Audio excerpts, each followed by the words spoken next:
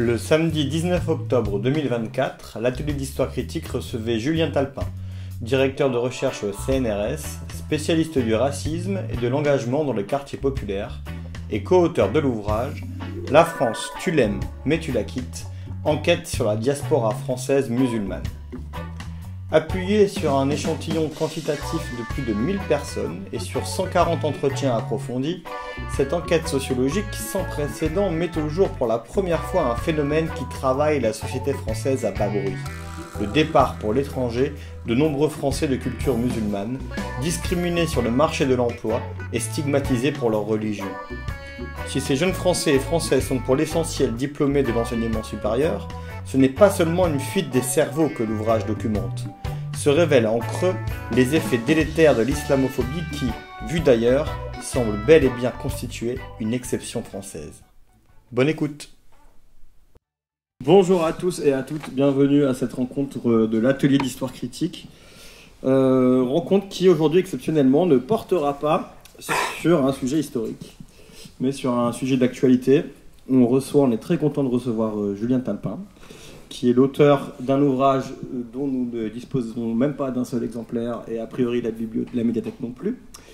Donc on est désolé déjà pour cette première déception de l'après-midi. Il va arriver, on y travaille. On espère que ce sera la seule déception et que vous apprendrez beaucoup de choses.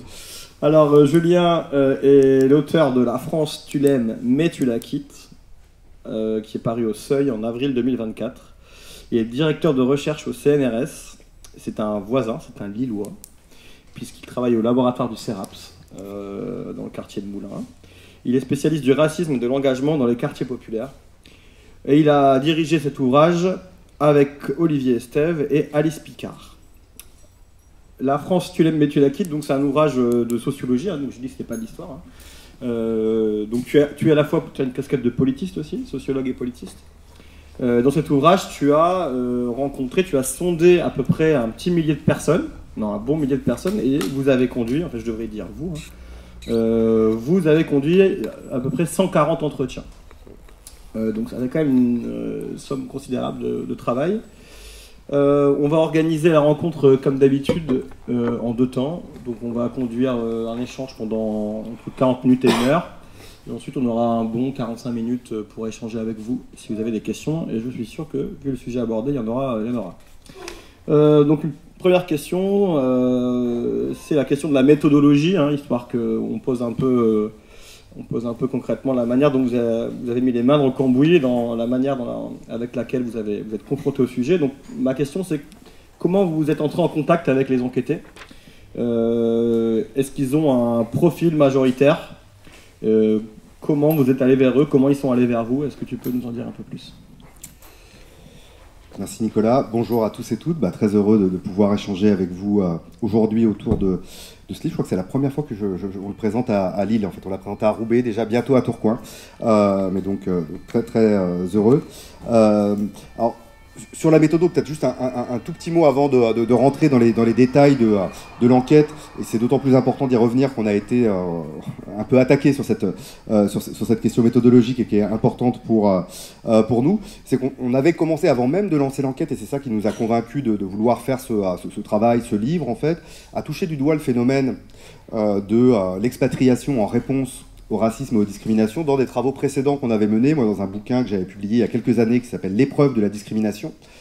On travaillait principalement sur la France, mais on avait mené quelques enquêtes aussi à Londres et Montréal, où on travaillait sur les expériences discriminatoires en fait d'Anglais ou de Canadiens, mais on était tombé un peu par hasard en fait sur des Français qui s'étaient installés là-bas et qui nous racontaient justement s'être installés à l'étranger du fait des discriminations qu'ils rencontraient en France. Mais on n'avait pas du tout traité systématiquement cette question-là. C'était tout à fait anecdotique. Il y a quelques pages dans ce bouquin-là. Et donc, avec quelques collègues, notamment Olivier Estève, Alice Picard, puis d'autres, en fait, parce qu'on est une équipe en fait, de près d'une dizaine de chercheurs qui ont participé à cette enquête. Au final, on ne sera que 3 à vraiment écrire le livre. On s'est dit, il se passe quelque chose, au fond. Il n'y avait jusqu'alors aucune enquête sur cette question-là, qui nous semblait quand même devenir un phénomène significatif et qui méritait une enquête un peu sérieuse. Et donc on a essayé, c'est ça l'objet de ce livre au fond, c'est d'objectiver ce phénomène qui passait sous les radars jusque-là, de Français de confession ou de culture musulmane qui partent s'installer à l'étranger pour tout un ensemble de raisons. Et on a essayé de ne pas présupposer d'ailleurs que la mise à distance du racisme, des discriminations ou de l'islamophobie serait nécessairement première. On avait évidemment cette hypothèse, hein, je ne vais pas vous mentir, et ce d'autant plus au regard de la jeunesse de ce travail, des travaux qu'on avait menés avant, mais voilà, on partait pas du principe, et très concrètement, on a lancé un appel à témoignages en fait début 2021, qui a circulé sous de différentes façons. On l'avait sur le site de la fac, mais c'est pas les choses les plus facilement accessibles. On l'a mis sur un blog Mediapart. On l'a fait tourner sur les réseaux sociaux. On l'a aussi transmis en fait à des groupes de Français de confession musulmane installés à l'étranger. Dans certaines grandes capitales, en fait, il y a des groupes des Français musulmans de Londres, de Montréal, de San Francisco, qui eux-mêmes l'ont fait tourner dans leur propre réseau. Et donc qui invitait des Français, comme je le disais, hein, le titre était comme ça, de culture ou de confession musulmane, à nous dire pourquoi ils avaient choisi de s'installer à l'étranger. Et notamment sur cette raison, sur cette question en fait, qui était une des questions centrales de l'enquête, sur le pourquoi vous êtes parti, il y avait 14 réponses possibles. Pour le climat, pour vous épanouir professionnellement, voilà. Et à la fin, il y avait pour mettre à distance le racisme et les discriminations parmi les 14 réponses possibles. Et c'est celle-là qui est revenue sans grande surprise, mais c'était important pour nous et que ça arrive pas trop vite au fond dans le questionnaire. C'est celle qui est revenue quand même le plus massivement, puisque 71% des gens qui ont répondu à l'enquête, donc il y a plus de 1000 personnes qui ont au final répondu, nous disent que c'est d'abord pour mettre à distance le racisme et les discriminations. Et donc voilà, on était quand même content qu'autant de monde réponde. Alors content, je ne sais pas si c'est une bonne nouvelle.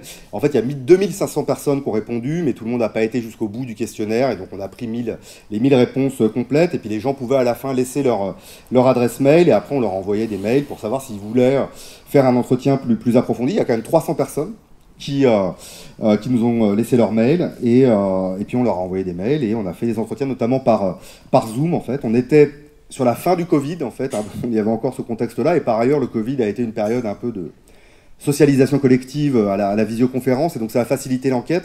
Le fait est qu'on n'aurait pas pu aller en Australie, en Amérique latine, à Dubaï pour faire nos entretiens et donc ça s'est fait de cette façon-là, et donc 140 personnes avec qui on a passé entre 1h30, 2 heures, parfois plus, où ils nous racontaient un peu leur histoire, leur trajectoire, depuis l'école jusqu'au choix de partir s'installer à l'étranger.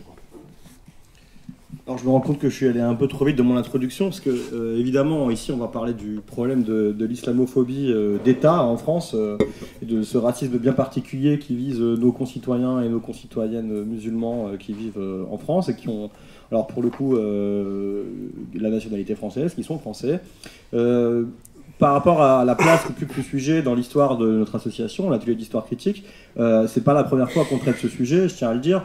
D'ailleurs, on t'avait déjà invité en 2019 à la maison de l'association à Tourcoing, en même temps que Marwan Mohamed, qui était alors porte-parole de feu le CCIF. Hein. On reviendra sur cet épisode, hein, la dissolution du CCIF, hein, donc la principale organisation de défense des droits et de lutte contre les discriminations qui visent les Français, hein, le collectif contre l'islamophobie en France. Voilà, donc dissolution par Gérald Darmanin, hein, qui a marqué un coup certain à la capacité organisationnelle et à se défendre des discriminations à l'encontre de nos concitoyens et nos concitoyennes de confession musulmane. Voilà, sachant qu'on sait aussi, au sein de l'association, et ça je le dis pour que vous puissiez vous y référer, on a traité notamment la question de l'extraversion, c'est un gros mot pour dire, de la déformation imposée à la laïcité, à ce qu'on fait dire à la laïcité, ce qu'elle est devenue, notamment depuis la loi de 2004. Hein, c'est vraiment un sujet qui travaille depuis de longues années le travail de notre association, l'atelier d'histoire critique. Et il y a une conférence en ligne sur notre page YouTube qui s'appelle... vous tapez laïcité sur la page de l'atelier d'histoire critique sur YouTube et vous trouvez cette conférence. Voilà, ça c'était pour le côté auto-promo. Je vais revenir sur ton travail. Alors, donc sur le profil un peu des enquêtés, donc des personnes qui reviennent vers toi, on sait quand on fait un peu de sociologie des migrations ou un peu de géographie, c'est que généralement ceux qui partent, ceux qui migrent, généralement c'est pas les gens qui sont en bas de l'échelle sociale, tout simplement parce qu'il faut des ressources pour migrer, il faut des ressources pour partir. C'est un peu un saut dans le vide, hein. Quitter son pays, c'est loin, c'est très coûteux. Dans tous les sens du terme. Est-ce que tu peux revenir sur le profil de ces gens, à quel point ils sont dotés, je sais pas moi, de diplômes, de réseaux, à quel point c'est aussi des femmes, hein, puisqu'on sait que les femmes musulmanes qui portent le foulard sont visibles, hein, donc elles peuvent être peut-être aussi davantage confrontées au quotidien, aux discriminations, aux agressions interpersonnelles. Est-ce que tu peux revenir un peu sur le profil de tes enquêtés? Et dernière question. Et aussi où ils vont. Alors j'ai déjà commencé un peu à le dire. Bon, ce qui nous a frappé d'emblée, en fait, de par les réponses qu'on a obtenues à notre enquête, c'est à quel point le phénomène est global. Alors il y a une carte dans le livre, j'espère qu'on pourra le faire circuler tout à l'heure s'il arrive finalement, qui montre bien qu'il y a des gens qui sont installés un peu aux quatre coins du monde. Après, il y a quand même des destinations privilégiées. L'Angleterre, d'abord, à la fois de par la proximité et aussi parce qu'elle est perçue par les personnes comme étant potentiellement accueillante de par sa tradition multiculturelle, etc. Ensuite, le Canada, de la même façon aussi à la fois pour sa tradition multiculturaliste et puis aussi car il y a des politiques en fait assez actives d'attractivité de la part du gouvernement canadien. On a découvert par exemple que le gouvernement canadien, alors, je ne sais pas si c'est le Canada ou le Québec en tant que tel, qui organise tous les ans des foires, en fait, des forums un peu pour attirer de la main d'œuvre qualifiée en fait. Et donc ça contribue aussi à cela. Et la troisième destination, c'est Dubaï. Et donc les Émirats Arabes Unis sont aussi une destination assez largement privilégiée. Un des trucs qui nous a surpris sur les destinations, c'est que les gens ne partent pas dans des pays majoritairement musulmans. C'est-à-dire que 2/3 des gens choisissent de s'installer dans des pays qui ne sont pas majoritairement des pays musulmans. Alors, il y en a aussi, hein, ensuite, dans la liste, alors, évidemment, les Émirats Arabes Unis, c'est le cas. Il y a ensuite le Maroc, mais ce n'est pas le choix de la majorité des gens qu'on a rencontrés, et qui nous disent d'ailleurs très explicitement, d'une certaine façon, moi j'ai grandi en France, j'ai été socialisé à l'occidental, ils le formulent un peu comme ça, je ne me verrais pas nécessairement vivre dans un autre contexte, et donc je pars, mais j'ai pas envie de changer radicalement d'environnement, et donc c'est pour ça que la plupart d'entre eux partent dans des pays du Nord. Alors quel est le profil des gens? C'était une autre surprise en fait de l'enquête, c'est le caractère très diplômé en fait des gens qu'on a rencontrés, puisque 54% des gens qui ont répondu à notre enquête ont au moins un bac+5. 54%. Ce qui est considérable, notamment quand on compare à ce qu'on sait de la sociologie moyenne des musulmans en France, qui appartiennent très majoritairement aux catégories populaires. On a une enquête en fait assez précise de ce point de vue-là, qui est l'enquête trajectoire et origine de l'INED, je crois, j'ai plus les chiffres précis en tête, mais c'est à peu près 5% des Français de confession musulmane qui ont au moins un bac+5. Là, c'est 50%. Donc on voit la différence. Alors, il y a plusieurs, on a essayé de comprendre en fait qu'est-ce qui fait que les gens qui ont répondu à notre enquête sont autant diplômés. Il y a probablement un effet d'enquête. C'est-à-dire que répondre à un questionnaire de cette façon-là, il y a peut-être un petit biais d'enquête qui fait que les gens un peu plus diplômés vont avoir plus de facilité à répondre à ce type d'études, Mais c'est aussi lié au phénomène. Tu le disais très, très justement, ce qui est revenu très fortement dans l'enquête, dans les entretiens en particulier, c'est combien quitter son pays, c'est coûteux dans tous les sens du terme. Et c'est un des points sur lesquels on insiste beaucoup dans le livre, en fait, c'est pas rien, en fait. De quitter le pays où on a grandi, où on a sa famille, ses parents, ou parfois ses propres parents ou grands-parents ont immigré il y a 1 ou 2 générations. En fait, symboliquement, les gens ont bien conscience, en fait, que ça signifie quelque chose, puis c'est une rupture biographique dans leur vie qui est vraiment importante, quoi. Donc il y a un coût émotionnel qui est évidemment très fort, et il y a un coût économique, matériel significatif, parce que partir à l'étranger, ça veut dire quitter son boulot, chercher un nouvel appart, une nouvelle maison, ne pas avoir de revenus pendant plusieurs mois, potentiellement aussi se retrouver à devoir mettre ses gamins dans un système éducatif qui coûte plus cher, un système de sécu qui coûte aussi plus cher, etc. Et donc financièrement, il faut pouvoir se le permettre. Dernier élément, en fait, un élément qui favorise, au fond, l'expatriation, c'est d'avoir déjà fait des expériences à l'étranger. Au fond, d'avoir ce qu'on pourrait appeler une forme de capital cosmopolite. Et donc, pour le dire simplement, le fait d'avoir déjà fait un stage, un VIE, une année de césure à l'étranger, en fait, vous prédestine rend, au fond, la possibilité du départ à la fois moins moins inquiétante, c'est voilà, moins risquée, et donc ça explique le profil des gens qui d'un côté sont diplômés, mais sont aussi des gens qui n'ont pas fait n'importe quel type d'études. En sociologie, on dirait que c'est des gens qui appartiennent en haut à droite en fait de l'espace social. C'est-à-dire que c'est des gens qui sont diplômés du supérieur, mais plutôt dans des filières type commerce, business, école d'ingénieurs, voilà, et donc qui sont plutôt des gens qui travaillaient dans le privé en fait. Hein. On a aussi, plutôt pour les femmes d'ailleurs, des gens qui étaient dans des métiers du care en fait, ou un peu de l'éducation, des infirmières, des professionnels du soin, etc. Mais quand même globalement, c'est des gens qui travaillaient plutôt dans le privé et qui globalement en fait ont un profil, pour le dire de façon très directe, assez macroniste en fait. C'est des gens qui ont connu une trajectoire d'ascension sociale et scolaire. Trois quarts d'entre eux en fait viennent de familles populaires, ont grandi dans des quartiers populaires, même si en fait certains viennent aussi de milieux ruraux, de petites villes, etc. C'est pas que des gens qui viennent de milieux urbains, mais qui viennent de milieux populaires. Ils ont connu une trajectoire d'ascension scolaire réelle. Hein. Ils ont au moins, comme je te dis, la moitié d'entre eux ont au moins un bac+5. Et en même temps, à un moment, assez vite, ils vont se heurter à des discriminations, à du racisme et à une limite objective à leur progression professionnelle et à leur trajectoire d'ascension sociale, notamment quand ils entrent sur le marché du travail après les études, où il y a le plafond de verre, hein, pour le dire simplement, qui va les frapper de plein fouet, et ce d'autant plus que, de par leur diplôme, ils pensaient en être prémunis, en fait. Ils nous racontent beaucoup ça, voilà, ils se disaient...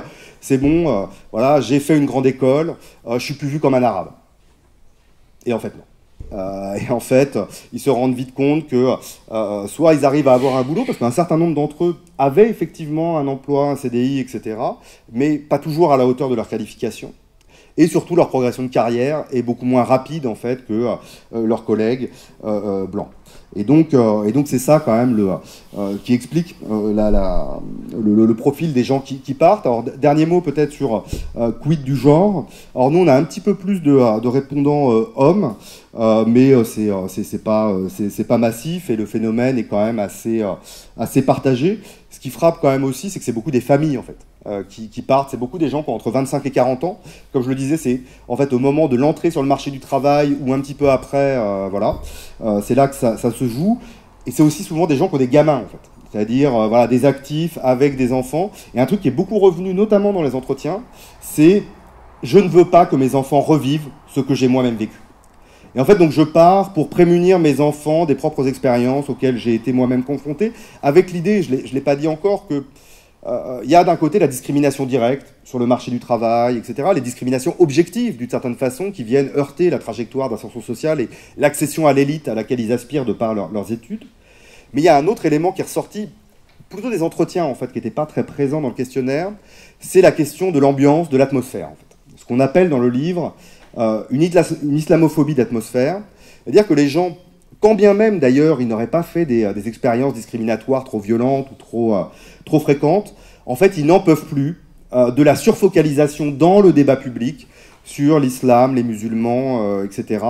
Tout particulièrement depuis les attentats de 2015, même si cette question-là est ancienne, mais on nous parle beaucoup des chaînes d'information en continu, des réseaux sociaux, du rôle aussi des responsables politiques de ce point de vue-là. Nous, on a conduit notre enquête, en fait, notamment en 2021-2022, un peu avant les dernières élections présidentielles. On nous a évidemment beaucoup parlé d'Éric Zemmour. Et donc, voilà, et ça, en fait, ça crée une atmosphère, en fait, suffocante, et d'ailleurs une expression qui est beaucoup revenue et qui donne le titre à un des chapitres, c'est « Enfin, je respire ». Voilà, c'est partir à l'étranger, c'est pas nécessairement trouver l'Eldorado et que la situation est absolument idyllique à l'étranger, mais à minima, en fait, l'ambiance est un peu différente, et cette surfocalisation sur l'islam et l'assignation constante, en fait, en particulier des Maghrébins à l'islam et derrière au terrorisme, etc., est moins prégnante, et donc leur quotidien est un peu plus facile. Merci. T'as fait une comparaison entre les personnes que tu as enquêtées et leurs collègues blancs. Du coup, j'ai quand même une question sur les nouveaux convertis. Est-ce qu'ils sont présents dans ton étude? Voilà, est-ce qu'ils sont surreprésentés? Est-ce qu'ils vivent des expériences discriminatoires qui leur sont propres? Et puis tu as parlé de l'islamophobie d'atmosphère, donc revenir, quelle est la période que tu embrasses, enfin, que vous embrassez dans l'étude, et surtout est-ce que vous constatez des pics de départ, est-ce que vous avez essayé de périodiser, je reviens avec ma casquette d'historien, est-ce que vous avez essayé de périodiser, de vous trouver des pics, je sais pas moi, la loi de 2004, la présidence Sarkozy, le débat sur l'islam et l'identité nationale, en fait, il y a tellement de trucs. La déchéance de nationalité sous François Hollande, les chanteuses de télécrochet qu'on interdit de poursuivre voilà, parce qu'elles portent à voile, les accusations larvées d'antisémitisme, dès qu'on défend la Palestine. Bon, tous ces trucs-là, j'imagine que, bon, en fait, c'est tout le temps. Hein, rien qu'en énonçant la liste, elle est pas finie, qu'on a déjà la nausée. Donc voilà, est-ce que tu peux revenir sur ces deux éléments, donc la question des convertis, et la question de est-ce qu'il y a des pics, est-ce que vous constatez des pics de départ? Alors, effectivement, c'est aussi une surprise en fait de l'enquête, c'est la surreprésentation des convertis parmi les gens qui ont répondu. C'est-à-dire qu'on estime en fait que, il n'y a pas de chiffre évidemment très précis de ce point de vue-là, il y a les travaux un peu de Juliette Gallonnier sur cette question si ça vous intéresse, mais qu'il y a à peu près 2-3% en fait de convertis parmi la population musulmane française, et nous c'est 17% en fait de personnes converties parmi les 1000 répondants à notre enquête, donc il y a clairement une surreprésentation. Bon, on attribue nous à deux facteurs, c'est le profil social, d'une certaine façon en fait, on a d'autant plus de chances d'avoir accédé à des études supérieures qu'on est blanc, puisqu'on a peut-être fait moins d'expériences discriminatoires au cours de son parcours scolaire, etc. Et donc ceci explique cela, parce que c'est des gens aussi qui ont pu se convertir après leurs études, par exemple. Et puis il y a aussi en fait quelque chose qui est particulier sur l'expérience en fait des discriminations en tant que converti, et les gens nous parlent beaucoup de ça. Je me rappelle une fille qu'on anonymise comme Perrine, en fait, qui est installée désormais à Chicago, et qui raconte ça, c'est-à-dire que au fond, quand on est descendant de l'immigration postcoloniale, on est presque, c'est ce que les gens nous racontent, hein, moi je n'ai pas fait l'expérience, on est socialisé d'une certaine façon, on apprend très jeune à se prémunir d'une certaine façon des micro-agressions et des formes de racialisation qu'on va subir au quotidien. Au fond, alors ça peut arriver plus ou moins tard, selon la façon dont on est perçu, selon le passing éventuel dont on peut bénéficier, etc. Mais au fond, les expériences discriminatoires ne surprennent au final pas tant que ça, parce qu'on y a été habitué, préparé, etc. Et on apprend à se blinder, en fait. Mon ouvrage précédent, là, que j'évoquais rapidement tout à l'heure, l'épreuve de la discrimination était beaucoup là-dessus, justement, au fond, sur la construction, au fond, de mécanismes d'autodéfense face à cette charge raciale, pour le dire comme ça. Quand on est converti, on n'est pas préparé à ça. Et donc, voilà, les gens nous racontent combien...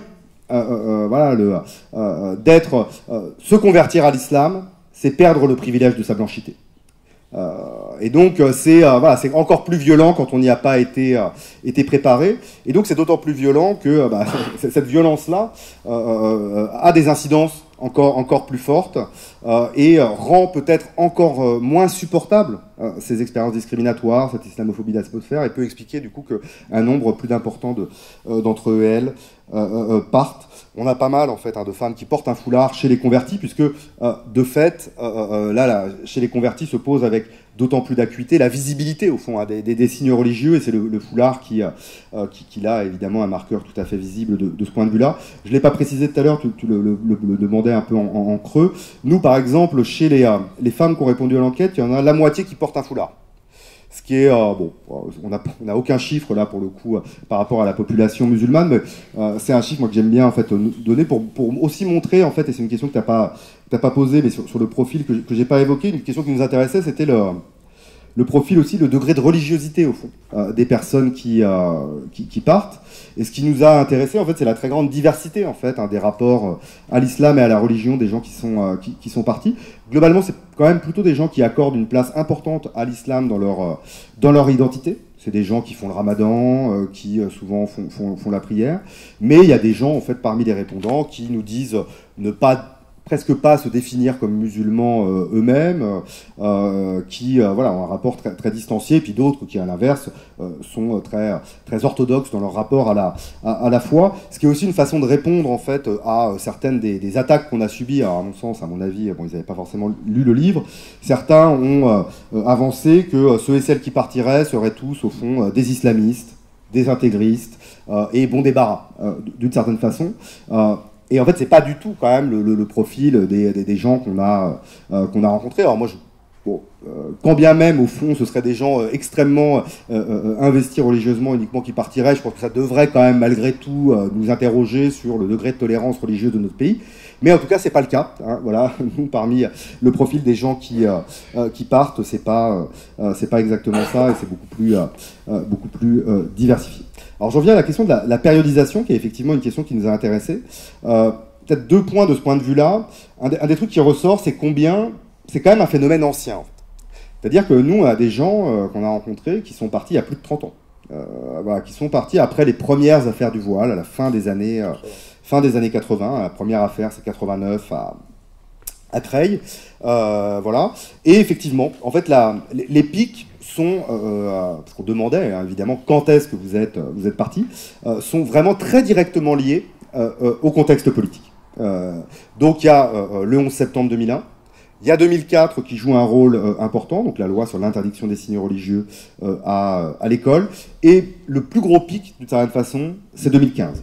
Donc les attentats terroristes en France, et notamment ce que nous racontent beaucoup les gens, c'est l'assignation aux terroristes, etc., la nécessité de s'en distancier, et puis le contexte quand même un peu de panique morale autour de ces questions-là, alors qui est à certains égards légitime, c'est-à-dire que c'est normal que la société française ait été marquée, choquée par ces événements, mais en tout cas ça a été vécu très violemment par des musulmans qui n'avaient pas grand-chose à voir avec l'affaire. Et puis il y a aussi des gens qui sont partis très récemment, en fait. Alors c'est lié aussi à... Voilà, peut-être que des gens qui sont partis il y a moins longtemps, en fait, avaient peut-être d'autant plus envie de témoigner, mais des gens qui sont partis en 2021, vraiment juste au moment où on lance l'enquête. Ce qui frappe, en tout cas, c'est combien les vagues de départ sont liées au contexte politique, en fait.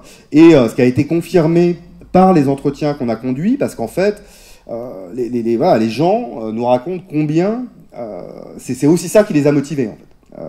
C'est-à-dire qu'il y a tout un ensemble de choses qui est lié à leur vie quotidienne, hein, je l'ai déjà évoqué, mais souvent il faut une goutte d'eau en fait, hein, qui après avoir mûrement réfléchi cette question-là, hésité pendant des mois, se dire est-ce qu'on y va, on n'y va pas, commencer à regarder, voilà. En fait, pas mal des gens qu'on a rencontrés nous citent une blague de Hortefeux, les polémiques sur la déchéance de nationalité, qui est revenue à plusieurs reprises. Voilà, telle ou telle décision politique, il y a la dissolution du CCIF fin 2020, qui voilà, ont été des gouttes d'eau qui font qu'à un moment les gens disent non mais là c'est plus possible, on s'en va en fait. Et c'est souvent à la croisée de ces deux éléments-là, une situation qui devient insupportable à la fois matériellement, on a un boulot qui n'est pas à la hauteur de ses compétences, l'ambiance qui règne dans le pays, et puis un déclic, au fond, qui fait qu'on franchit le pas et qu'on s'en va, et qu'on s'en va le plus souvent sans retour. Alors, avant de partir, une alternative possible, c'est la lutte, enfin, c'est la politique en tout cas. Donc, on t'a dit déjà, hein, t'as un peu expliqué que sociologiquement, t'as utilisé en haut à droite de l'échelle sociale. Mais quand même, je pose la question, est-ce que tes enquêtés, ils ont essayé de rentrer dans des associations, de s'engager dans la lutte contre l'islamophobie, est-ce qu'ils explorent ces pistes-là, le cas échéant, qu'est-ce qui les fait renoncer, est-ce qu'ils votent et est-ce qu'ils continuent à voter une fois qu'ils sont partis, une fois qu'ils sont à l'étranger?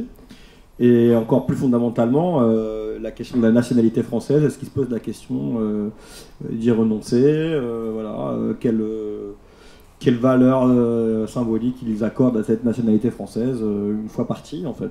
Donc voilà, donc le lien avec la politique en général. Alors c'est effectivement une question qui nous intéressait beaucoup. Moi, c'est des trucs sur lesquels je travaille depuis longtemps, sur le rapport des minorités aux politiques. Alors, ce qui est intéressant, c'est que d'un côté, c'est des gens qui ont un discours et qu'on pourrait dire un rapport au monde social qui est très politique, qu'ils le veuillent ou non d'une certaine façon, parce que en fait toutes ces polémiques en permanence qui sont entretenues dans le débat public autour de l'islam et des musulmans, les politisent, qu'ils le veuillent ou non. D'une certaine façon, ils nous disent souvent on est un peu politisé de l'expérience, de l'extérieur, pardon, via justement toutes ces polémiques-là. Alors une question qui a été soulevée en fait au moment de la sortie du bouquin, c'est est-ce qu'il ne s'agirait pas, là, tous les gens que vous avez rencontrés, de militants anti-laïcité, tous liés au CCIF, parce que le questionnaire avait été relayé notamment par Marwan Mohammad et le CCIF à l'époque, etc. Et en fait, pas trop. C'est-à-dire que politiquement, le profil des gens qu'on a rencontrés, majoritairement, c'est des gens qui avaient voté pour Emmanuel Macron en 2017, à la fois du fait de leur profil de classe, pour le dire comme ça, hein, c'est des gens qui sont des classes moyennes supérieures ou des gens qui sont parvenus à accéder à la bourgeoisie, hein, pour le dire comme ça, et qui par ailleurs avaient été séduits par le discours multiculturaliste de Macron, etc. Bon, pour spoiler la fin de l'histoire, ils n'ont pas revoté pour Macron en 2022, et la majorité d'entre eux qui, quand ils ont continué à voter une fois à l'étranger, parce que c'est tout à fait possible, ont plutôt voté pour Mélenchon, en fait, hein, comme le fait la grande majorité des musulmans en 2022. Hein, on a des enquêtes qui indiquent que 69% en fait, des Français de confession musulmane ont voté pour le candidat de la France insoumise aux dernières présidentielles. C'est intéressant dans leur cas à eux, puisque eux, au fond, ils votent contre leur classe, à certains égards, même s'ils nous racontent aussi en entretien combien ils sont partagés entre eux, justement, certaines aspirations liées à leurs identités religieuses ou culturelles et leurs intérêts de classe, mais dans ce cas-là, ça a été malgré tout dans cette direction-là. Ce qui se passe quand même, c'est que donc, globalement, c'était pas des militants avant de partir, on en a quelques-uns. Un certain nombre qui, sans forcément nécessairement avoir milité dans des associations antiracistes, de lutte contre les discrits ou anti-islamophobie, etc., ont pour certains financé en fait ces orgas. Ils pouvaient faire des dons et tout. Il y a des formes de militantisme par le porte-monnaie, pour le dire comme ça, notamment dans les classes supérieures, et qui avaient quand même une sorte de sympathie à l'égard de ces orgas-là. Voilà. Et ce que nous disent les gens aussi, parmi les quelques militants qu'il y avait, c'est que c'est aussi à la lumière de l'incapacité croissante de s'organiser collectivement sur ces questions-là qu'ils se sont dit qu'il fallait partir. En fait. Résignés qu'ils sont quant à la capacité de la société française à se réformer, ils se disent « je me sauve tant qu'il est encore temps, de toute façon là c'est mort ». En fait. Bon, globalement, notre livre n'est pas hyper optimiste, hein, et nous, ce qu'on a recueilli est quand même assez sombre, mais bon, je pense que ça dit des choses sur l'état de la société française, et puis voilà, la violence que les gens subissent et qui nous racontent et qu'on a essayé de retranscrire dans le livre, parce que c'était aussi un des enjeux du livre pour nous, c'était de donner la parole, au fond, à des gens qu'on n'entend pas beaucoup, en fait, dans le débat public, et donc il y a beaucoup d'extraits, d'entretiens, de témoignages et tout dans le bouquin, et c'est aussi un des trucs qui nous a... dont on était content en fait à la sortie du livre, c'est quand on a été sollicité par des journalistes, souvent ils nous demandaient en fait de mettre en contact aussi avec des enquêtés, voilà, et c'était pas seulement nous en fait qui parlions du livre, mais aussi des musulmans et des musulmanes, et ce qui est pas souvent le cas, quoi. Voilà, et donc bon, tout ça n'est pas très rose, mais il y a vraiment ce truc quand même, et que moi je capte par ailleurs beaucoup dans mes enquêtes, voilà, sur ce qui reste en fait, hein, mais un sentiment quand même de résignation dans un contexte de répression croissante de l'action collective aujourd'hui en France, mais tout particulièrement de l'action collective minoritaire et antiraciste. Voilà, la loi séparatisme de ce point de vue-là est quand même un moment tout à fait important en 2021 qui a changé des choses pour l'ensemble du monde associatif, pour le dire comme ça, mais tout particulièrement pour les organisations musulmanes. Et on assiste aujourd'hui à un démantèlement en règle de la société civile musulmane et d'organisations qui ont été aussi construites pendant des décennies, en fait. Y compris ici localement. Ce qui est en train de subir le lycée Averroès, c'est quand même assez hallucinant, en fait. Qui est, comme le CCIF à certains égards, voilà, un truc parfaitement légaliste, voilà, tout à fait républicain, on pourrait dire. Et d'ailleurs, ils ont obtenu le soutien de l'ancien directeur de Sciences Po Lille, d'un ancien président du Conseil général de droite, le CERF, etc. Donc, bon, on n'a pas le sentiment que là, la subversion de la République ou la charia serait à l'horizon. Et pourtant, on essaye de les démanteler. Donc là, il se passe quand même des choses un peu problématiques, et évidemment, les premiers concernés en ont bien conscience. Et donc, il y a ce truc-là, quand même, je parlais des enfants tout à l'heure, résignés, voilà, par rapport aux capacités de transformer la société française, on s'en va, et ce d'autant plus que, voilà, on nous a beaucoup parlé quand même du contexte de montée de l'extrême droite, etc., ce qui explique que voilà, la très grande majorité des gens qu'on a rencontrés n'envisagent pas de revenir, en fait. Voilà, alors, ils reviennent régulièrement. Pour les vacances, par exemple, voilà, ils nous disent des fois, je rentre au bled, quoi. C'est, voilà, je viens voir la famille, les amis, etc. Mais quand ils rentrent, ils nous disent souvent, ça me rappelle pourquoi je suis parti, en fait. Parce qu'ils revivent de nouveau les expériences dont ils sont pour partie prémunis, mais pas totalement aujourd'hui, et qui les ont conduits à leur choix. Alors, quel est le rapport qu'ils entretiennent à la France? Alors, d'un côté, voilà, j'ai commencé à le dire, il y a un rapport pratique qui est toujours là, en fait. Voilà, et il y a aussi un rapport affectif qui demeure important, et c'est le sens du bouquin, du titre du bouquin, au fond, c'est l'ambivalence, en fait, qui règne, puisque d'une certaine façon, le fait d'être parti à l'étranger contribue pour une bonne partie d'entre eux à, c'est ce qu'ils nous disent, à ne jamais s'être sentis aussi français que depuis qu'ils sont partis, pour une raison bien simple, c'est qu'enfin ils sont perçus comme tels, en fait. Et ils nous disent, avant j'étais toujours perçu comme la voilée, l'arabe, le musulman, le barbu, et là en fait on me voit d'abord comme un Français, éventuellement avec des identités multiples. Voilà. Je me rappelle d'une enquêtée en fait qui nous racontait un entretien, par exemple. Alors c'est une fille qui est partie en Angleterre, qui porte un foulard, qui travaille dans un hôpital là-bas, et qui nous raconte en fait en entretien. Alors c'était un gros moment de rush à l'hôpital, etc. Plein de gens qui arrivent aux urgences en même temps, et les gens me cherchent pour faire je sais pas quelle intervention, quel soin. Et en la cherchant en fait, ils l'ont appelée la française. Trouvez-nous la française en fait. Et elle nous dit, ils auraient pu dire, mais trouvez-nous la voilée, parce qu'en fait, j'étais quasiment la seule salariée voilée dans l'hôpital. Mais en fait, c'est pas comme ça qu'ils m'ont catégorisé, c'est pas comme ça d'abord qu'ils m'avaient vu. Et donc voilà, les identités, en fait, elles se construisent de façon relationnelle, à la fois d'un point de vue individuel, mais aussi dans le regard des autres. Et donc le fait que, voilà, à l'étranger, ils sont un peu plus, en tout cas, voilà, les choses sont pas toujours aussi simples, mais un peu plus perçus comme français, parce qu'il y a aussi l'accent, il y a aussi la culture qu'on charrie avec soi, la bouffe, les séries télé, le cinéma, bon, plein d'aspects de la culture française qui continuent à porter avec eux, fait qu'ils sont perçus comme français. Donc c'est un peu le sens du livre, en fait, qui est... nous, ce qu'on a recueilli, c'est pas des discours genre « nique la France », en fait. C'est beaucoup plus compliqué que ça, et aussi parce que les gens ont une forme de gratitude, dans le sens où ils ont bien le sentiment que c'est aussi grâce au système éducatif et social français qu'ils ont réussi à s'élever socialement, même si, c'est le deuxième chapitre du bouquin, il y a plein d'expériences en fait assez violentes à l'école, voilà, de discrimination, de racisme et tout. Mais malgré tout, c'est des gens qui s'en sont sortis, voilà, pour la plupart des diplômes du supérieur, ils ont conscience, et ce d'autant plus qu'ils sont pour beaucoup dans des pays où l'éducation est désormais privée, voilà, ils font le comparatif et ils se rendent bien compte que tout n'est pas idéal à l'étranger. Donc il y a cette gratitude-là, et puis en même temps ce sentiment de gâchis hyper fort, en fait, cette amertume que on leur a pas laissé leur place. C'est des gens qui partent à regret, quoi. Donc c'est un des trucs qu'on essaye aussi de dire dans le bouquin, c'est que c'est pas des expats comme les autres, en fait. Et ils se vivent pas comme des expats. C'est des gens qui, c'est plutôt des exilés, pour le dire comme ça, même s'il n'y a pas de termes en fait qui sont bien appropriés au fond pour qualifier leur expérience. Mais c'est des gens qui auraient voulu rester en France, mais qui n'ont pas pu vivre la vie normale à laquelle ils aspiraient dans leur pays, et donc qui ont dû partir pour ça. Et donc c'est cette ambivalence un peu dans le rapport à la France qu'on a essayé de traduire dans le titre et dans le reste du livre. Et un dernier mot. Donc pour la plupart, ils continuent à se sentir français.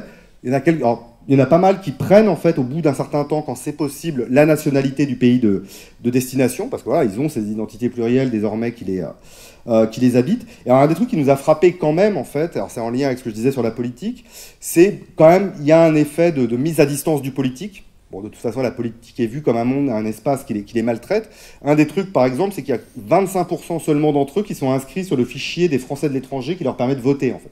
Alors que ces chiffres-là, c'est 75% pour les autres, en fait, non musulmans. En fait.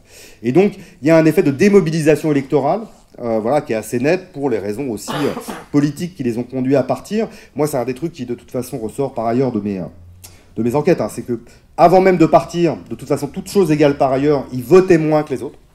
En fait, pour le dire comme ça, l'expérience du racisme et des discriminations a plutôt un effet, en fait, quand même, avec d'autres facteurs sociaux, etc., de démobilisation électorale et politique. Alors, on peut le déplorer, hein, on pourrait se dire que, moi, c'est une des grandes questions de mes recherches, c'est à quelles conditions ça suscite plutôt l'engagement et la mobilisation. Là, et le fait de partir, ça renforce quand même ce truc-là, même si on en a quelques-uns, je finis sur une note plus optimiste, qui nous disent « j'essaye de continuer à lutter à distance », en soutenant des organisations financièrement, en essayant de relayer aussi auprès du pays où j'habite maintenant la situation des musulmans en France, etc., et d'éveiller les consciences.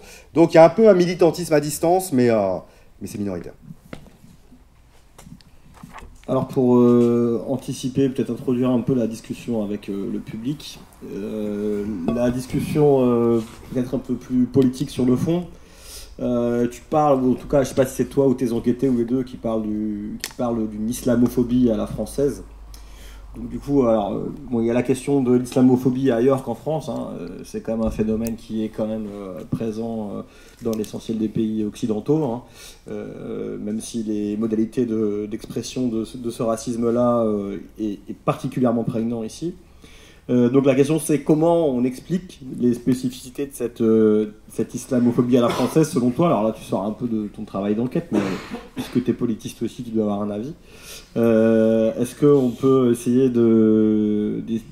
d'évoquer un peu les soubassements historiques et philosophiques de cette islamophobie à la française, notamment par rapport aux pays anglo-saxons? Et je vais très fort suggérer une orientation, mais tu fais ce que tu veux. Hein. On entend plus souvent l'expression laïcité à la française que islamophobie à la française. Alors, vaste question. Effectivement, on conclut en fait le livre un peu sur cette question-là d'un exceptionnalisme français.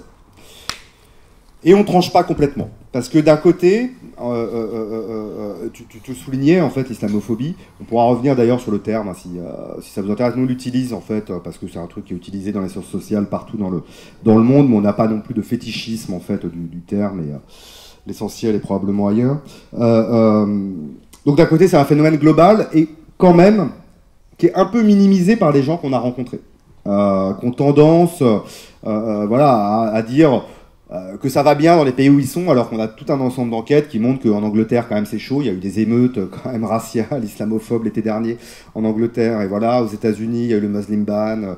Il y a tout un ensemble de pays du monde. C'est quand même très compliqué pour les pays, les musulmans et les musulmanes. Mais pourquoi ils minimisent? Parce que, ils y sont un peu moins confrontés. Ils y sont moins confrontés parce que l'islamophobie prend une coloration particulière selon les histoires nationales. Typiquement, en fait, en Angleterre, quand on pense islam, en fait, on pense pas aux Algériens, aux Marocains, en fait. On pense aux Pakistanais, aux Indiens, au sous-continent indien, avec lesquels il y a une histoire coloniale particulière, etc. En fait. Et donc, ce que nous disent les gens, en fait, c'est qu'en tant qu'Arabes, en fait, en Angleterre, eh ben, ça va un peu mieux, en fait. On nous assigne un peu moins à l'islam, etc. Et donc, voilà. Et donc, ils sont moins confrontés directement à l'islamophobie de ce point de vue-là. Et puis, deuxième élément qui explique peut-être cette minimisation relative, c'est que ils ont une transformation quand même objective de leur situation matérielle, professionnelle, etc. C'est-à-dire qu'ils progressent professionnellement. Et donc ça les prémunit encore quand même davantage de ce type d'expérience-là. Et puis troisième point quand même, c'est que le fait de s'expatrier, c'est quand même un truc où, notamment au début, on est un peu quand même hors sol en fait. C'est-à-dire qu'on regarde moins la télé, en fait, les premières années du pays de destination, etc. On est aussi parfois dans des formes d'entre-soi nationaux. On fréquente des Français, en fait, là-bas, à l'étranger, etc. Et donc ça prémunit un peu aussi de ce qui peut se passer sur place. Donc tout ça explique que, voilà. Mais, voilà, parce que d'un côté, nous, on essaye, dans une démarche sociologique, de comprendre, en fait, ce qui conduit les gens à partir et à raconter tout ce qu'ils racontent. Et en même temps, voilà, on ne dit pas que ce qu'ils relatent est nécessairement complètement la vérité révélée et qu'il n'y a pas de problème à l'étranger et que la situation serait forcément spécifique à la France. Malgré tout, il y a des spécificités françaises. L'élément probablement le plus qui permet d'objectiver ces spécificités, en fait, c'est le droit. C'est-à-dire qu'il n'y a aucun pays au monde qui ait autant légiféré, en fait, sur la question de l'islam que la France. Donc voilà, il y a la loi de 2004 sur les signes religieux à l'école, il y a la loi de 2010 sur la burqa et le fait de se couvrir intégralement et notamment le visage. Bon, puis ensuite, il y a la loi séparatisme de 2021. Alors chacune de ces lois, évidemment, n'est pas spécifiquement orientée vers une religion spécifique, mais l'exposé des motifs ou les débats préparatoires à l'Assemblée, en fait, sont quand même assez clairs concernant l'origine, en tout cas, et des intentions législatives. Il n'y a pas beaucoup, en fait, un endroit dans le monde, même s'il y a des formes de circulation, en fait, du côté de la Belgique, du Canada, etc., qui, eux aussi, commencent à légiférer. Donc là, il y a quand même une exceptionnalité française. On pourra y revenir, il y a d'autres éléments. Alors, pourquoi ? Il y a l'histoire coloniale, alors qui fait qu'il y a aussi, en fait, la France abrite la population musulmane la plus importante en Europe. Donc il y a une acuité particulière de cette question-là qui est liée à l'histoire coloniale et postcoloniale de la France, qui fait que, qu'on le veuille ou non, au fond, la France est une société multiculturelle. Alors, on a du mal à accepter cette réalité en face aujourd'hui, mais c'est un fait de par notre histoire. Donc voilà, il y a cette histoire-là. Il y a quand même des crispations particulières liées au fait, qu'on le veuille ou non, que la France ait aussi été un des pays occidentaux les plus ciblés par des attentats terroristes, islamistes, etc., qui créent les paniques morales que j'évoquais, etc., et qui ont contribué à la diffusion de l'islamophobie. Malgré tout, et ça on pourra y revenir si ça vous intéresse, moi j'ai travaillé un petit peu sur cette question-là aussi, c'est pas dans le livre, mais c'est que la façon dont on a répondu aux attentats en France, c'est pas forcément la même façon dont on y a répondu à l'étranger. Juste un exemple, vous vous souvenez peut-être que en Espagne, à Barcelone, il y a eu des attentats terroristes il y a quelques années. Suite à ces attentats-là, la municipalité de Barcelone avait notamment voté un plan de lutte contre les discriminations et l'islamophobie particulièrement ambitieux, considérant qu'une des façons de prendre le problème à la racine, pour le dire comme ça, c'était aussi d'œuvrer à des politiques d'égalité, quoi. C'est pas exactement les orientations politiques et de politique publique pour lesquelles on a opté après 2015. Moi qui ai beaucoup travaillé sur des politiques publiques de lutte contre les discriminations, ce qui s'est passé après 2015, en fait, c'est plutôt en fait le démantèlement du peu de politiques publiques antidiscriminatoires qu'on avait en France et leur substitution, en fait, et du coup je vais revenir à ta question, par des politiques de promotion des valeurs de la République et de la laïcité. Moi, je veux bien qu'on promeuve les valeurs de la République et la laïcité, mais je ne suis pas sûr qu'il faille déshabiller Pierre pour habiller Paul. Et c'est beaucoup ça qui s'est passé en termes de réorientation des crédits, de réorientation des formations, notamment beaucoup qu'on faisait, de réorientation des agents aussi sur le terrain, des appels à projets. Bon, plein de trucs ont bougé de ce point de vue-là. Et ça a des incidences quand même, il me semble, assez fortes. Alors, on en vient à la question, effectivement, de la laïcité. Premier point là-dessus, en fait, c'est une question qui revient souvent. Nous, les gens en fait, qu'on a rencontrés, en fait, parlent pas directement ou centralement de la laïcité. Ou alors, quand ils en parlent, ils nous disent qu'ils sont très attachés à 1905, en fait. À la séparation des églises et de l'État, à la neutralité des institutions, et donc à la version canal historique de la laïcité à la française, au fond, qui pourrait être celle-ci. Et donc ça, effectivement, ils y sont, ils essayent même de la défendre et de la promouvoir. Là où, effectivement, il y a davantage de débats, c'est sur ce que certains de mes collègues, Jean Bobéro, Stéphanie Hédé-de-Vaucher, ont appelé la néo-laïcité, qui est, au fond, une refondation assez profonde de la laïcité à la française à partir de 2004, où il ne s'agit plus effectivement de la neutralité de l'État et des institutions et des agents publics, mais de séculariser la société, pour le dire comme ça, ce qui va se décliner de plein de façons sur l'accompagnement des sorties scolaires, par exemple. Aujourd'hui, au sein des associations, par exemple, on voit une diffusion un peu de proche en proche, au fond, de laïcisation, mais en réalité, ce serait plutôt de sécularisation, au fond, au nom de la laïcité, de pans croissants de la société. Alors évidemment, là, nos enquêtés sont pas forcément très favorables à ça. Après, on peut défendre, au fond, l'interdiction des signes religieux dans l'espace public. Certains, à l'extrême droite, le font, mais c'est pas nécessairement... Et c'est là où, à mon sens, il y a une confusion extrêmement forte entre ce qu'on appelle laïcité et ce qu'on appelle sécularité, la sécularisation, en fait. Et donc la disparition de la religion, de l'espace public. Et on a fait effectivement de la laïcité un instrument de sécularisation de la société au forceps, qui vient de fait, et c'est ça qui suscite beaucoup de conflits, se heurter à un retour du religieux qui est réel, et auquel on assiste partout dans le monde. Voilà, et bon, ça peut être un élément de débat. Moi, je ne crois pas, en fait, qu'on puisse séculariser au forceps, qu'on fasse le bonheur des gens à leur place.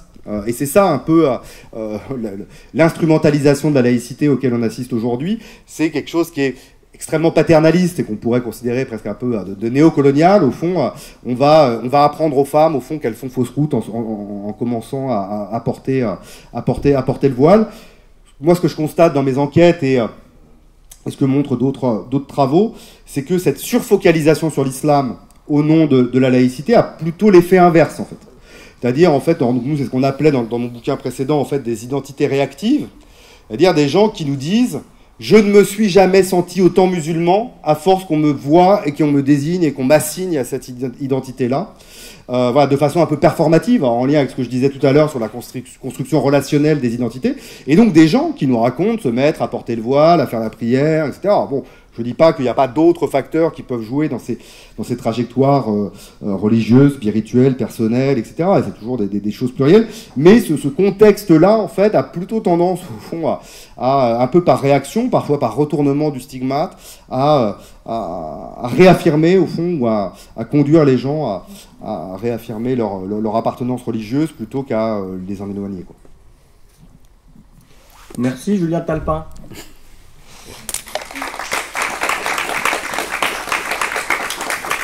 Alors, c'est le moment où vous préparez vos questions. Et moi, pendant ce temps-là, je fais des annonces. C'est l'entracte. Alors, l'Atelier d'Histoire Critique est une association qui fonctionne sans subvention.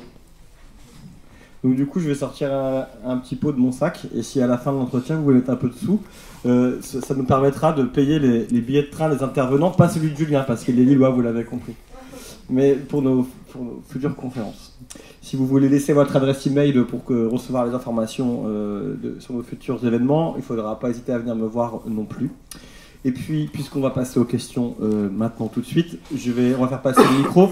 Puisqu'on fait une captation sonore, les conférences de l'Atelier d'Histoire Critique sont rediffusées sur notre chaîne YouTube, mais aussi sur Pastel FM et sur Micro Rebelle, qui est une radio basée à Lens et qu'on peut écouter sur Internet.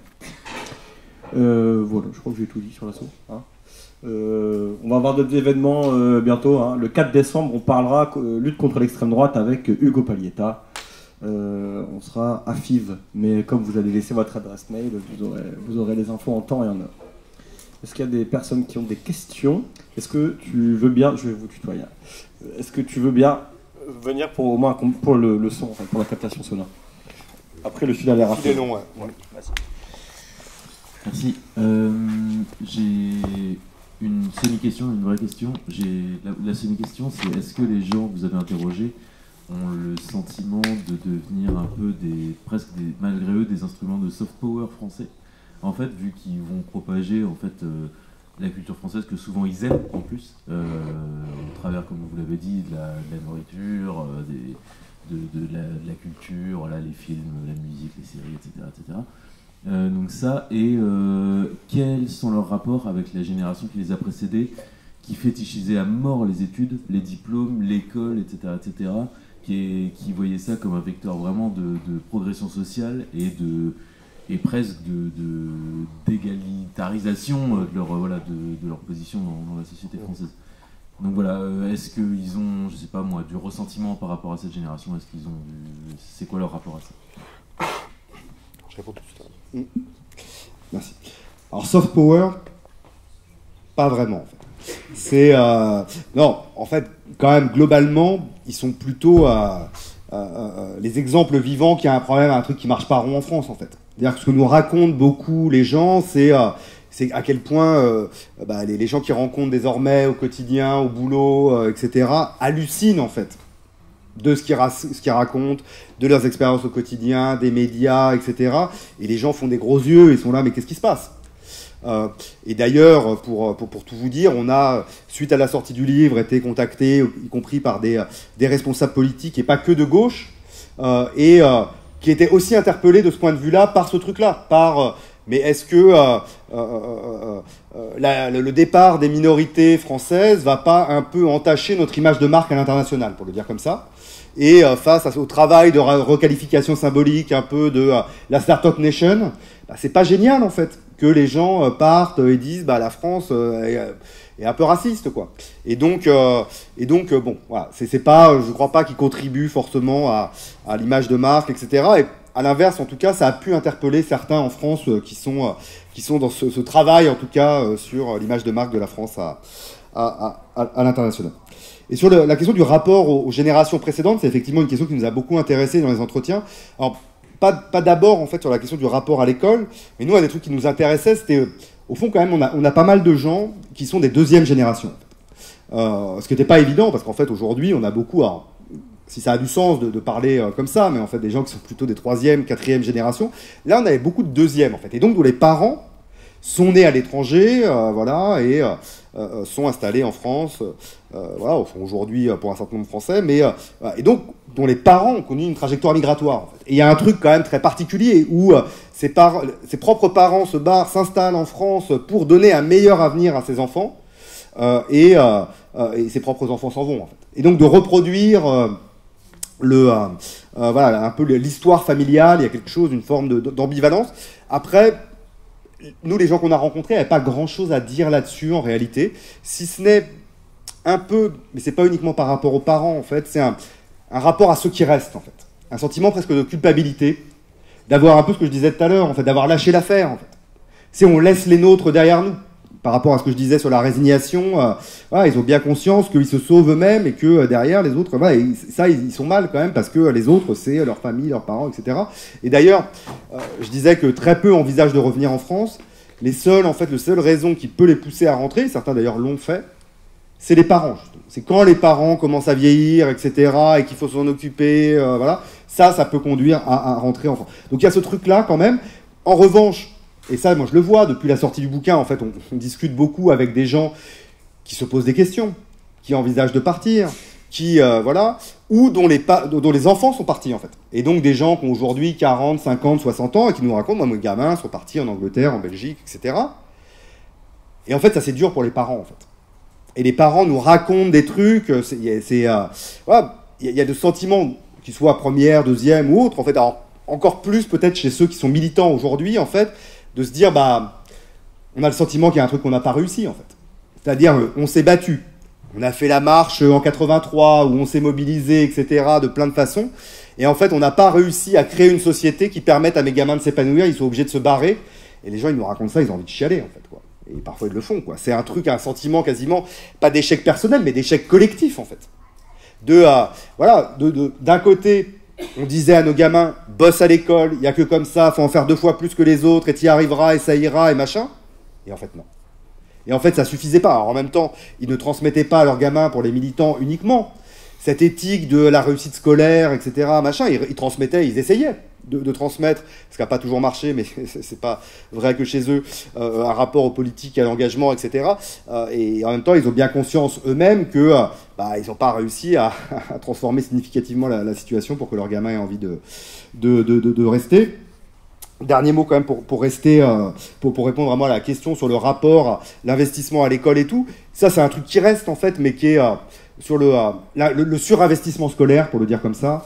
C'est donc très fort chez les premières générations, mais ça reste en fait. Je crois que c'est un truc qui est ancré voilà, chez les minorités, pour le dire comme ça, qui est le sentiment que quoi qu'on fasse, au fond, on aura toujours besoin d'en faire plus que les autres, parce que aussi on n'est jamais vu comme des Français comme les autres, d'une certaine façon, ce qui permet à mon sens aussi beaucoup, et là il y a beaucoup de gens qui travaillent là-dessus, hein, des gens qui sont spécialisés en sociologie de l'éducation, mais de relativiser les discours dans le débat public sur la démission des parents, en fait. C'est-à-dire qu'il y a des problèmes dans les quartiers, etc., machin, mais en fait, quand même, sur l'école, en fait, il y a bien un truc sur lequel les parents lâchent pas trop, quand même, c'est quand même... Parce que malgré tout, malgré le sentiment extrêmement aigu dans les quartiers qu'on a le droit à des écoles, au rabais, etc. Et il y a des données objectives qui le montrent, hein, ce qui explique d'ailleurs, là je fais une petite digression, mais l'évitement scolaire vers le privé qui est une réalité aujourd'hui et qui est un vrai problème, hein, à mon sens, sans nécessairement aller vers Averroès, hein, vers le privé catho en fait, hein, souvent. Ça dit des choses justement sur le fait que malgré tout ça, bah, on continue à se dire que la seule façon de s'en sortir, ça reste l'école en fait. Voilà. Et donc il y a quand même toujours ce rapport-là. Et en même temps, avec des illusions dans le mythe républicain de l'ascension scolaire, la méritocratie, on y croit de moins en moins, quoi. Et donc, ce qui rend derrière les projections sur la possibilité de rester encore plus compliquées. Est-ce qu'il y a d'autres interventions ?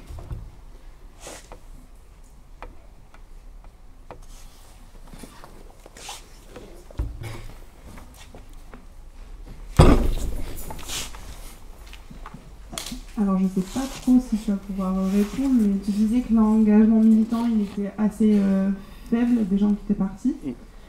En même temps, de l'intérieur d'ici, c'est un peu compliqué aussi de lutter sur ces questions, c'est assez bouché. Est-ce qu'on pourrait, vu que à l'étranger ça choque, est-ce qu'on pourrait imaginer une forme de pression qui pourrait être mise par l'étranger ? C'est un peu utiliser ces personnes qui sont parties quelque part, dans quelle mesure ça pourrait fonctionner ? On a vu qu'avec les JO, la championne qui était voilée, ça a beaucoup choqué à l'étranger, mais finalement il ne se passe pas grand chose derrière ça. Est-ce qu'on pourrait imaginer en fait une forme de pression qui pourrait être mise ?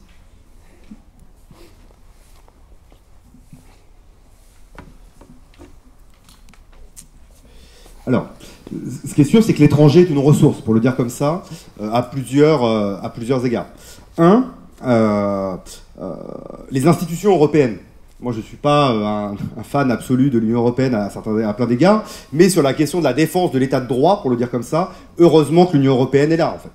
Et peut servir, effectivement, et la France est régulièrement condamnée, en fait, hein, par le Conseil de l'Europe, par la Cour européenne des droits de l'homme, que ce soit sur les questions de violence policière, mais y compris, en fait, hein, d'islamophobie, etc. Il y a des rapports.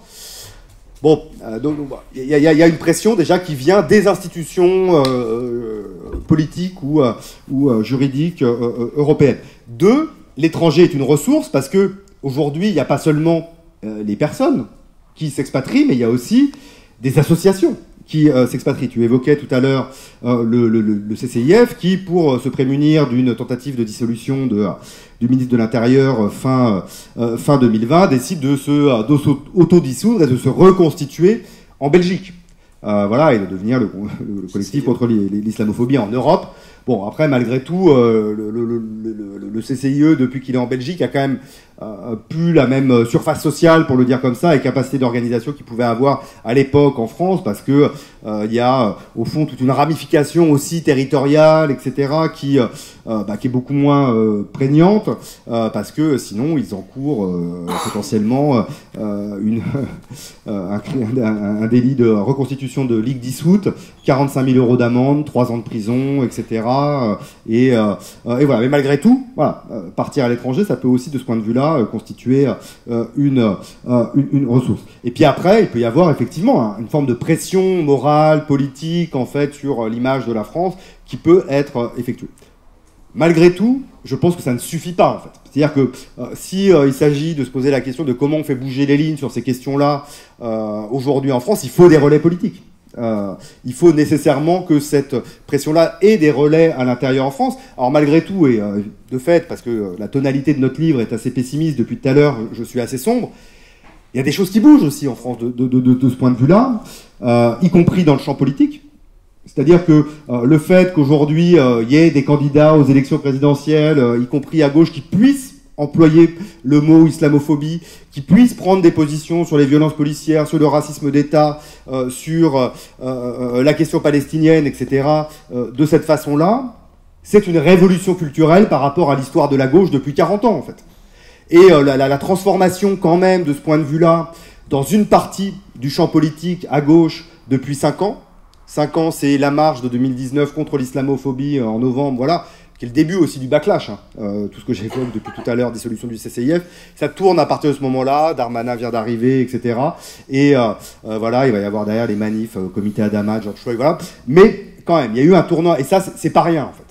il y a tout un ensemble d'acquis, et moi je le saisis, qui travaille beaucoup en fait sur le rapport aux politiques dans les quartiers. Voilà, il se passe des choses de ce point de vue-là, qui a une évolution historique importante, pour le dire comme ça. En même temps, les évolutions, elles doivent se passer aussi, et probablement d'abord, avec les premiers concernés. Alors ce serait une erreur, à la lumière de ce que j'ai dit, de dire que il se passe plus rien. Il y a aussi des formes d'organisation collective, et moi je passe mon temps à dire que face au discours justement du fait que les quartiers populaires seraient des déserts politiques, que les gens ne seraient pas conscientisés, mobilisés, etc., de relativiser ces constats-là et de dire qu'il continue à y avoir des gens qui se battent, qui luttent, etc., de tout un ensemble de façons, mais c'est très difficile. Voilà, et donc il faut construire des alliances, et bon, je pense que moi, la situation va continuer à être quand même extrêmement compliquée pendant plusieurs années. Ça, c'est inévitable. Et il faut un peu prendre son mal en patience et continuer à faire des trucs. Et à un moment, des jours meilleurs viendront. Et il faut préparer l'après, d'une certaine façon. Et à certains égards, là aussi, l'étranger pourra être utile, parce que là, on en pense, et on peut avoir des débats aussi stratégiques de ce point de vue-là. Tout un ensemble d'organisations qui sont aujourd'hui mal vues par les pouvoirs publics, voire qui ont connu des formes de répression assez dures, ont pu bénéficier à un moment quand même de soutien aussi d'organisations à l'étranger et de fondations, par exemple. Alors ce qui peut avoir des effets ambivalents, mais heureusement qu'un certain nombre de fondations, y compris à l'étranger, sur la question des droits humains ou sur la question de l'antiracisme, ont pu soutenir des causes qui étaient illégitimes en France et qui ne recueillaient aucune forme de soutien. Donc de ce point de vue-là, il y a quand même des alliances en fait qui existent, mais qui vont devoir être renforcées dans ce contexte très défavorable qui est le nôtre aujourd'hui. D'autres personnes veulent-elles intervenir?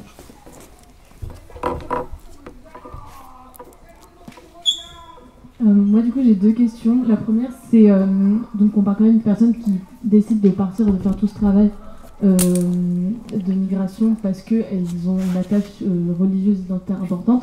Est-ce qu'une fois qu'elles arrivent, elles s'éloignent potentiellement d'une espèce de cohésion sociale autour de leur identité religieuse et du coup d'une communauté? Est-ce que du coup on observe un peu un éloignement de la religion et un éloignement identitaire? Et la deuxième question, c'est est-ce que dans vos entretiens, vous avez vu et constaté des discriminations spécifiques qui s'appliquaient aux femmes, et notamment sur les questions du coup du voile et du coup une peur aussi, notamment pour les mamans, pour leurs filles, de la politisation de ces questions-là?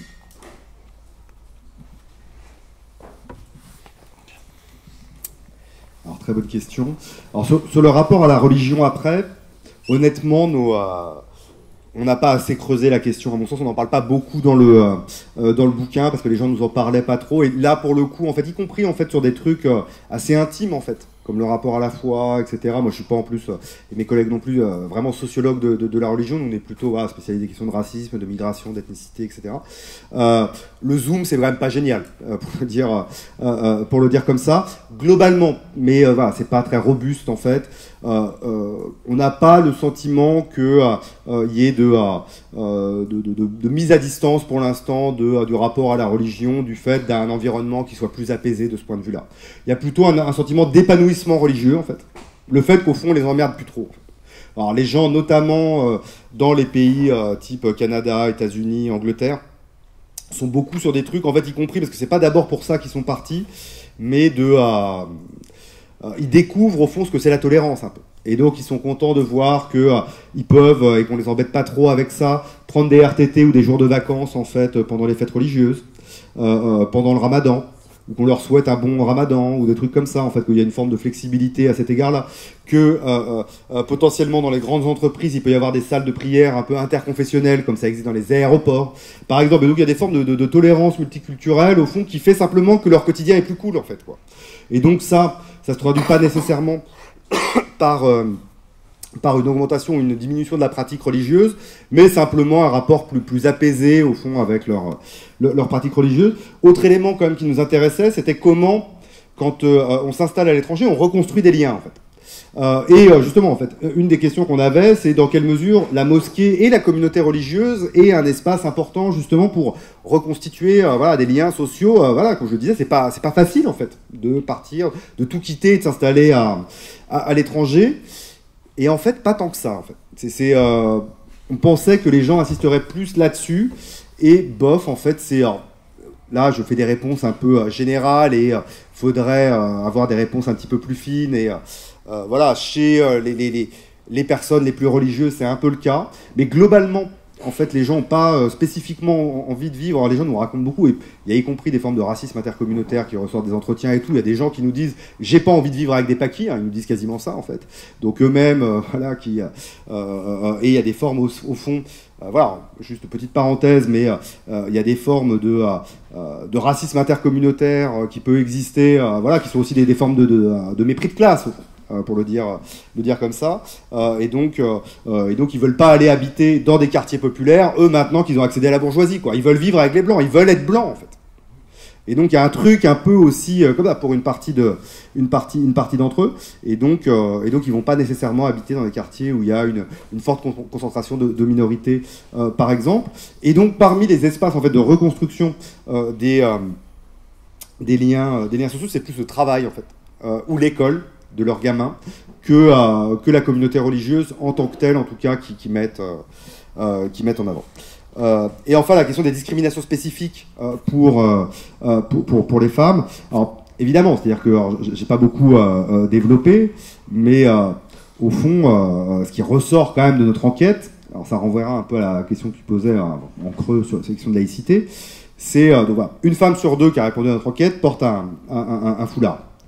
Et en fait, ce qui ressort de l'enquête, c'est à quel point il n'est en France quasiment pas possible d'avoir un emploi qualifié et de porter un foulard. C'est alors que juridiquement c'est possible.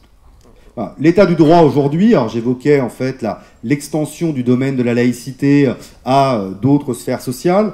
Un des effets peu connus de la loi travail, la loi El Khomri de 2016, c'est la possibilité pour les entreprises de voter des règlements intérieurs sur la neutralité religieuse. Alors il faut qu'ils le justifient en fait par rapport aux activités, mais c'est assez facile à justifier en fait par rapport au public, machin. C'est souvent un argument d'ailleurs qui est mis en avant. Alors on a peu d'études en fait précises sur justement le nombre en fait de tels règlements intérieurs, mais globalement a priori ce qui ressort, c'est qu'il n'y a pas beaucoup d'entreprises en fait qui ont de tels règlements intérieurs qui imposeraient la neutralité religieuse, puisque précisément en fait il n'y a pas de raison qui pourrait le justifier. Malgré tout en fait. On a des dizaines de témoignages, mais qui vont à la suite des travaux d'Anan Karimi et d'autres chercheuses, qui montrent en fait que c'est impossible en fait d'être embauché dans un boulot de cadre avec un voile aujourd'hui. Bon, impossible, non, vous allez toujours pouvoir me citer un exemple, etc. Mais c'est extrêmement compliqué, ce qui explique évidemment voilà, ce choix du départ. Il y a quelques exceptions. Soit c'est très difficile de rentrer, évidemment, dans l'entreprise, soit les quelques exceptions qu'on a, on a quelques femmes en entretien qui portent un foulard. Bon, alors ils nous racontent aussi les tactiques aussi parfois, soit de dissimulation, des femmes qui par exemple ne le portent pas à l'intérieur, le mettent à l'extérieur, ou alors portent un bandana, bon bref, pas un bandana, mais bon bref, des couvre-chefs qui ne sont pas exactement des voiles. Il y a tout un ensemble de stratégies qui peuvent être mises en place, mais bref, la charge que ça représente en fait pour les gens, et le fait qu'à un moment, de toute façon, même si tu arrives à avoir un boulot, en termes de progression de carrière, etc., de sociabilité avec tes collègues, bon, à un moment ça ira pas, quoi. Et donc effectivement, ça peut être aussi une des raisons pour lesquelles, quand je parlais de prémunir ces enfants de tout ça, il y a bien le sentiment qu'il y a des formes de discrimination particulièrement aiguës pour les femmes musulmanes qui poussent à partir. Ouais.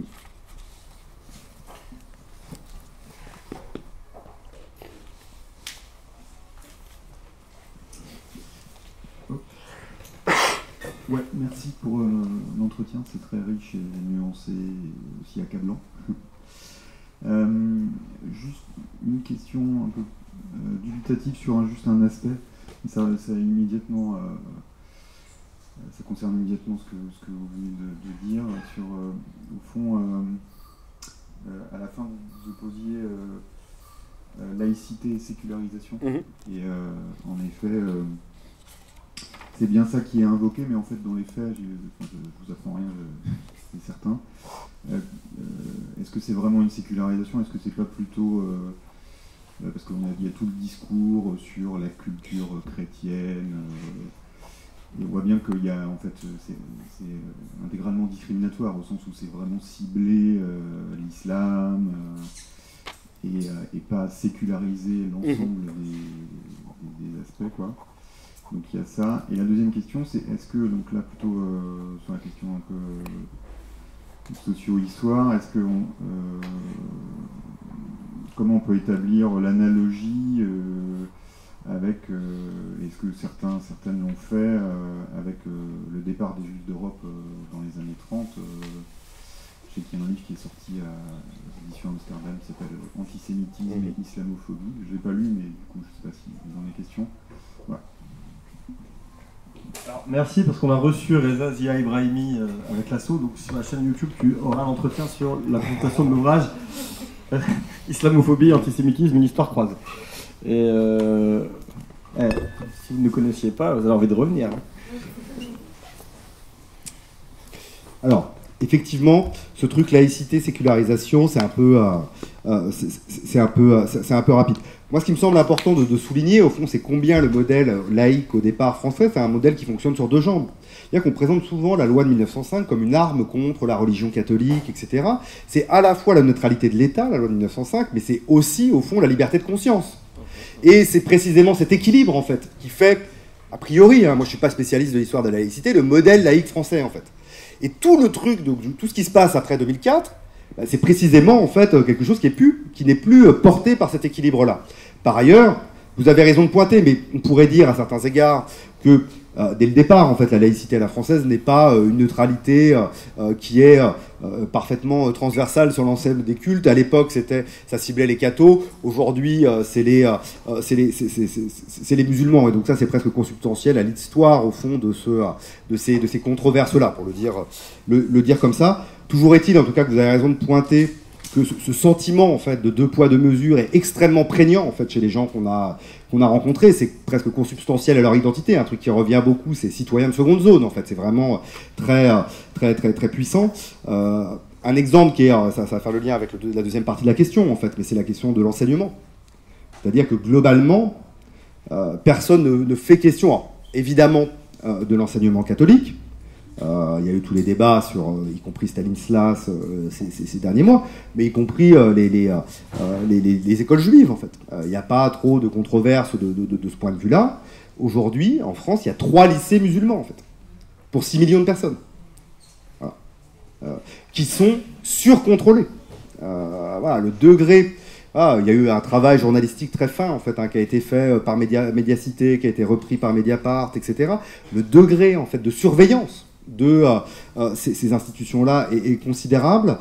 Et là, effectivement, le deux poids, deux mesures est extrêmement vivement ressorti. Et en même temps, il n'y a pas une aspiration, moi, chez les personnes que j'ai rencontrées. Bon, après, il y a des différences générationnelles, etc. Voilà, il y a nécessairement de mettre leurs gamins dans des lycées ou des écoles musulmanes, en fait. Voilà, c'est aussi à mesure que l'islamophobie monte, que le besoin d'un safe space, au fond d'un refuge, se fait plus fort, en fait. Donc en tout cas, évidemment, ce sentiment de deux poids deux mesures est prégnant.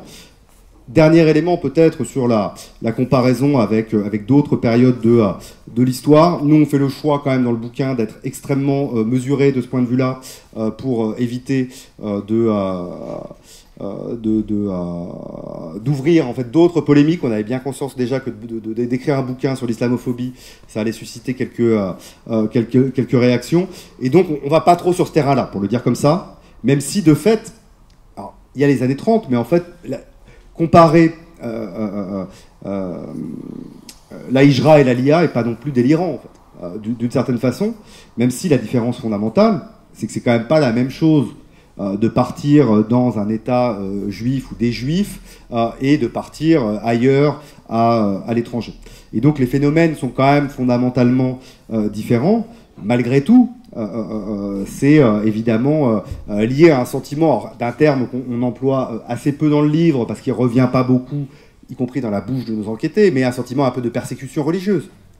Il y a quand même quelque chose de cet ordre-là, à la fois par les interactions directes que l'on fait et l'ambiance globale qui l'entoure, et puis également les relais institutionnels de ces phénomènes-là, parce qu'il ne faudrait pas évidemment déduire de tout ce que je raconte depuis tout à l'heure que le problème ne serait qu'interpersonnel.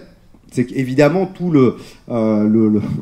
l'arrière-plan institutionnel, alors tu parlais d'islamophobie d'État, nous on fait aussi sciemment le choix, en fait stratégique pour le dire comme ça, pour éviter que les gens se bouchent les oreilles avant d'avoir eu potentiellement le livre entre les mains, de pas trop employer le terme, mais en tout cas des formes d'islamophobie institutionnelle qui sont inscrites dans les lois dont on parle depuis tout à l'heure, qui évidemment sont centrales dans les phénomènes dont on parle depuis tout à l'heure. Je vais me permettre d'abonder dans le sens de l'intervention qui vient d'être faite sur le caractère discriminatoire de la loi de 2004. Il suffit d'aller voir comment les débats parlementaires et la très bien nommée commission Stasi qui préparait la loi de 2004 a opéré. Tous les débats étaient focalisés uniquement sur les musulmans et sur le voile musulman. Il est évident que c'est une loi anti-voile, hein. On dit sur les signes ostensibles à l'école. Il est évident que c'est une loi anti-voile et il faut quand même faire un rappel de salubrité publique, de dire que si c'était vraiment des lois laïques, il y a peut-être d'autres priorités comme le statut de l'Alsace-Moselle ou le statut de la Guyane où les prêtres catholiques sont encore rémunérés par l'État français. Donc ça c'est quand même des choses qui sont quand même... au bout d'un moment, en fait, je pense que les gens savent très bien ce qu'ils font, les législateurs de ce genre de loi savent très bien ce qu'ils font, ils savent très bien qui ils essayent de cornériser, qui ils essayent de mettre de côté. Et je rejoins ce que tu dis sur les mutations récentes d'une partie de la gauche française. Et c'est un lien avec ce que tu dis en fait. Si les gens partent, c'est aussi parce qu'ils se sentaient quelque part isolés et démunis face à ce qui leur arrive. Et un sentiment d'insécurité. Et le fait est que aux élections législatives de juillet dernier, c'était la première fois dans le programme commun du NFP, c'était la première fois que le mot islamophobie apparaissait dans un programme de gauche, y compris porté par le PS. Hein, c'est quand même une petite victoire symbolique. Et ce qui fait que c'est d'autant plus important, ce que je veux dire, c'est que c'est d'autant plus important que peut-être que là, on peut se dire, on n'est peut-être plus tout seul, quoi. Il y a une partie de cette gauche-là qui, y compris, alors là, c'est une autre discussion à avoir, hein, parce que la gauche aussi a ses raisons par son espèce d'athéisme viscéral qui l'amène à tout mélanger, à mélanger lutte contre le cléricalisme et lutte contre la religiosité elle-même. Si on parle de la même personne, si on parle de Jean-Luc Mélenchon, il parle aussi de ça, de cette gauche-là aussi, dite universaliste, dite anticléricale, et qui en fait ont été actifs en 2004. Hein. Il faut regarder les procédures d'exclusion. La loi 2004, c'est aussi une procédure, c'est une loi d'exclusion. Hein. Des élèves ont été exclus de lycée, ça s'est jamais dit ça. Il y a eu des conseils de discipline qui ont découlé de cette loi. Ça s'est jamais dit, ça, on vous le dit jamais en fait. Enfin, on le dit jamais. Et c'est des conseils de discipline, des fois, qui sont réclamés par des enseignants qui sont encartés à gauche, voire à l'extrême gauche. Dire de là d'où on vient, en fait. Hein, c'est quand même assez ahurissant.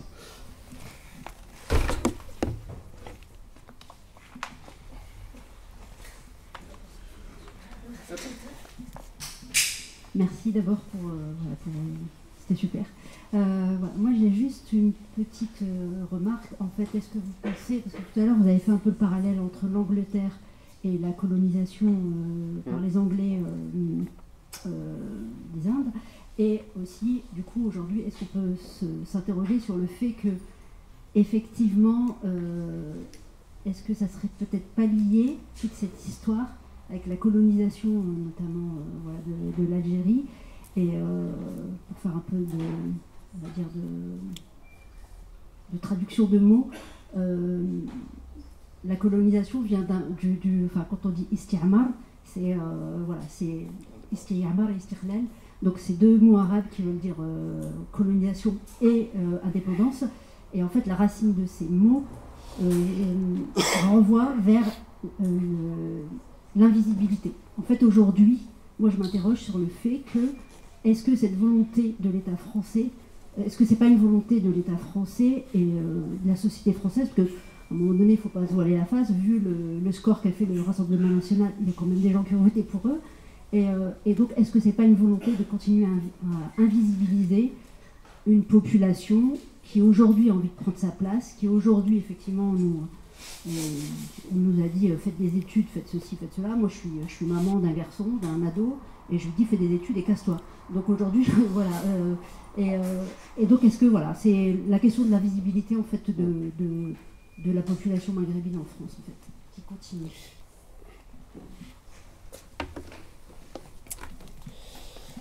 Alors, peut-être pour d'abord rebondir sur ce que tu disais, Nicolas, et peut-être un peu approfondir et pour là donner des sentiments plus personnels.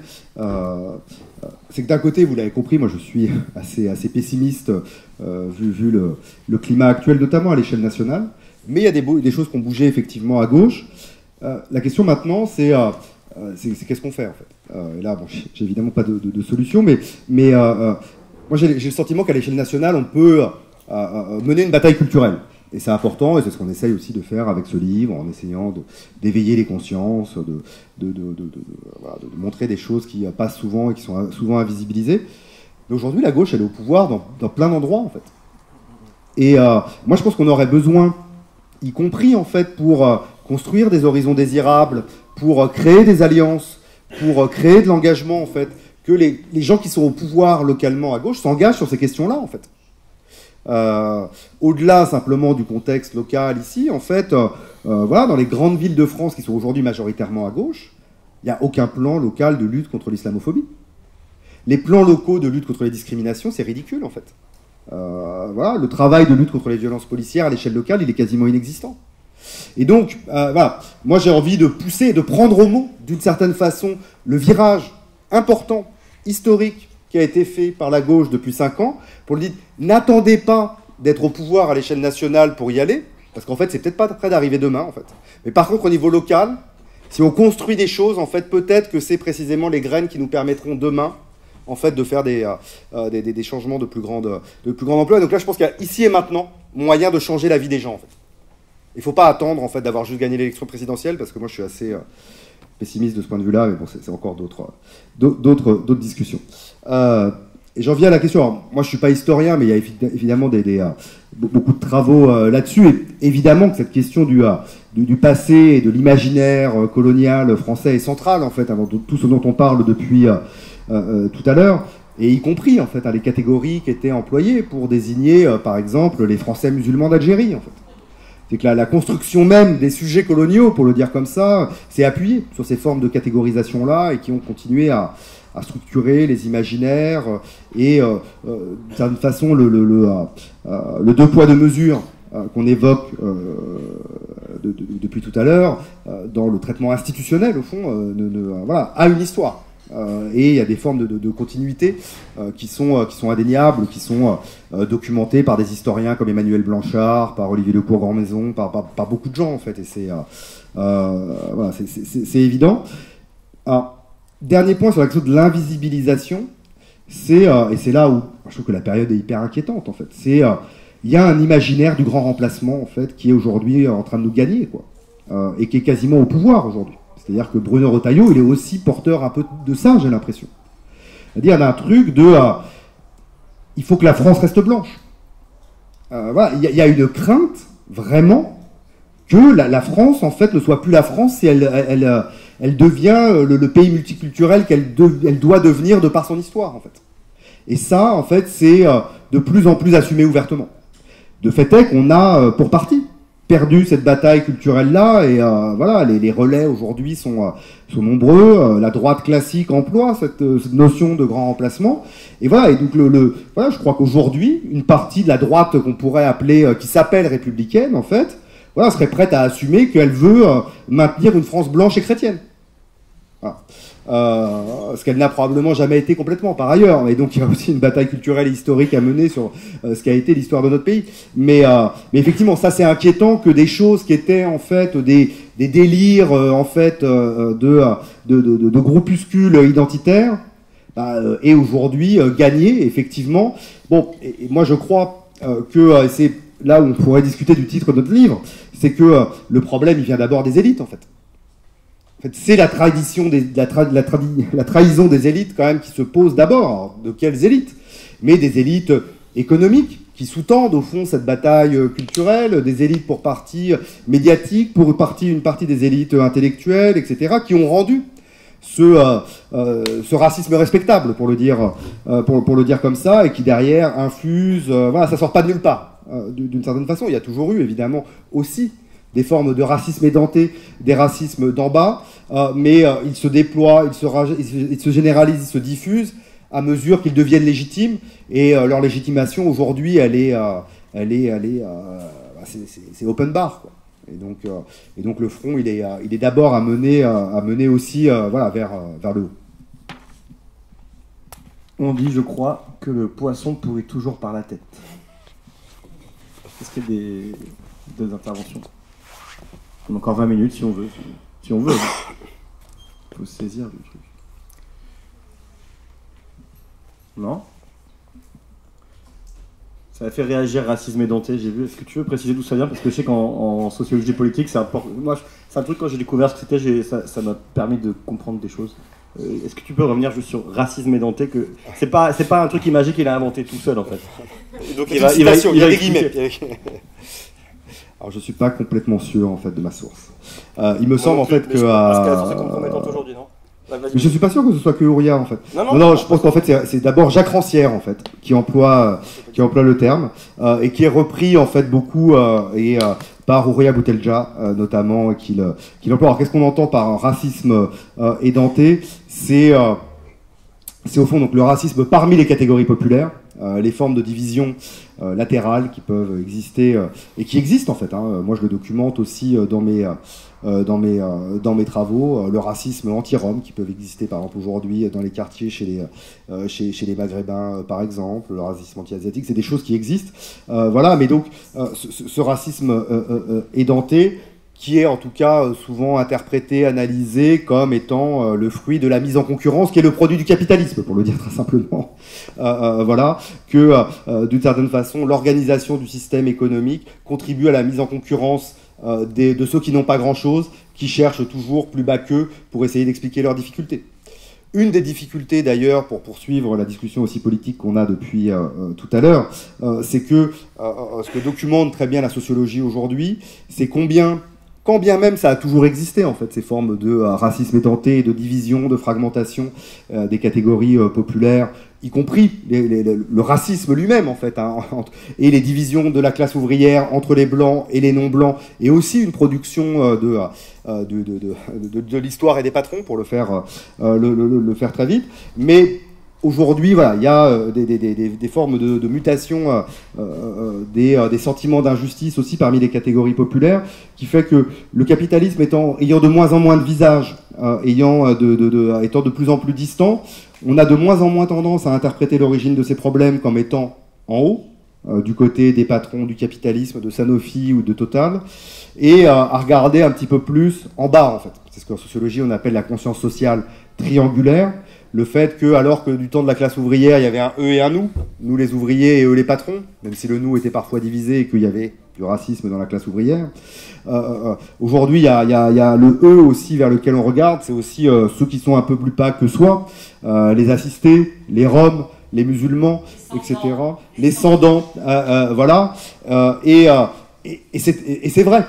Et ça existe en fait. Et tout l'enjeu et tout la difficulté et le travail politique qu'il faut faire, et qu'avait réussi à faire à un moment le mouvement ouvrier, c'est de créer du commun, précisément chez les catégories populaires. D'une certaine façon, c'est par le travail que cette expérience en commun a longtemps existé. L'expérience de l'usine permettait aussi de dépasser souvent ces formes de division parmi les catégories populaires. Comment on recrée du commun quand justement il n'y a plus cet espace central du travail, et que par ailleurs on vit dans un monde qui vise précisément à la mise en concurrence généralisée, qu'on ne cesse de mettre la vindicte sur les assistés, ceux qui fraudent, etc. Et, voilà. Et là il y a un travail politique considérable à mener, et c'est pas évident. Je suis pas convaincu en fait que les organisations politiques le fassent centralement, ce travail-là. On parle beaucoup aujourd'hui de réunir les tours et les bourgs, mais au-delà du discours, au fond, le travail politique effectif, et je ne dis pas que c'est facile en fait, hein, qui est mené pour cela, pour créer au fond des fronts communs. Moi je pense qu'il y a des fronts communs à mener, par exemple sur la question du rapport à l'État, par exemple, sur le rapport au service public en fait, qui peut créer du commun. Il y a des attentes, par exemple, on a beaucoup parlé d'école cet après-midi, il y a des attentes qui sont très partagées en fait, un meilleur service public de l'éducation en fait chez toutes les fractions des classes populaires et sur lesquelles il y a moyen de créer du commun, sur le rapport aux services sociaux, etc., aux services publics de proximité. Bon, bref. Je m'éloigne un peu, mais toujours est-il que voilà, le système économique contribue à diviser les catégories populaires, et sans un travail politique, militant, actif pour le dépasser, c'est très difficile en fait. Et donc c'est, moi, à mon sens, un des fronts centraux qu'il y a aujourd'hui à mener, c'est précisément celui-là, de créer des espaces aussi de création du commun face à tout ce qui nous divise, quoi, pour le dire comme ça. Alors juste... racisme édenté, ça vient pas d'Oria Boutelja, parce que déjà c'est pas polémique, Oria Boutelja c'est super, il faut le dire. C'est Albert Memmi en fait. C'est Memmi avant. C'est Albert Memmi qui parle de racisme édenté, donc le racisme de ceux qui n'ont pas de pouvoir en fait, hein, qui peuvent haïr autant qu'ils veulent, ils pisseront dans un violon, parce qu'ils n'ont pas le pouvoir d'appliquer des mesures contre ceux qu'ils détestent. Donc il est édenté parce qu'il est impuissant, un racisme impuissant. Est-ce qu'il y a des interventions ?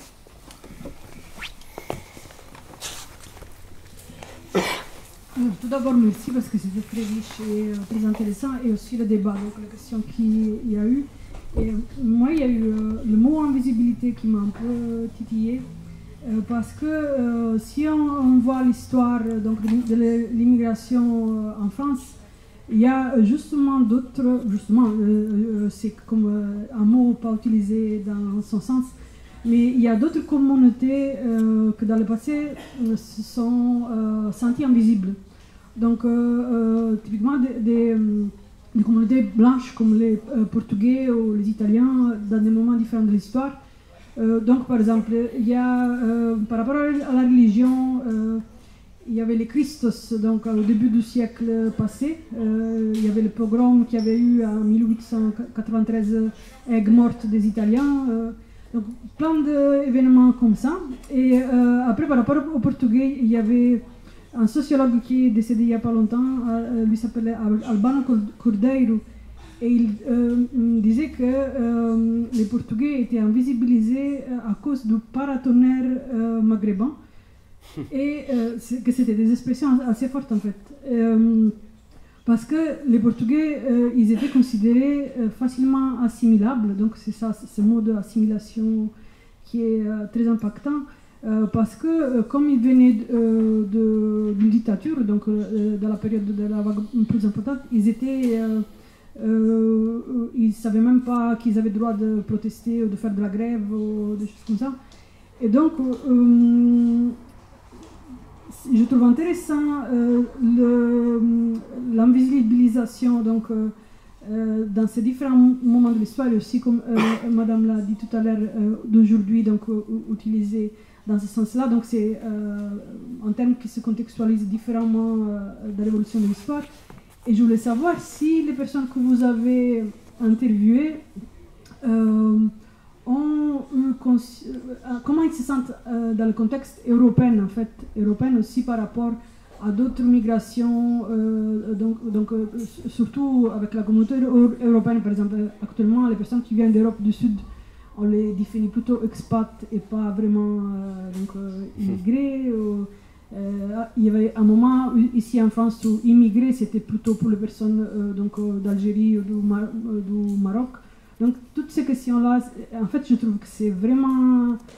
En France, c'est des sujets qui sont très, très, très sensibles et très complexes à la fois à traiter. Je ne sais pas si c'est clair comment...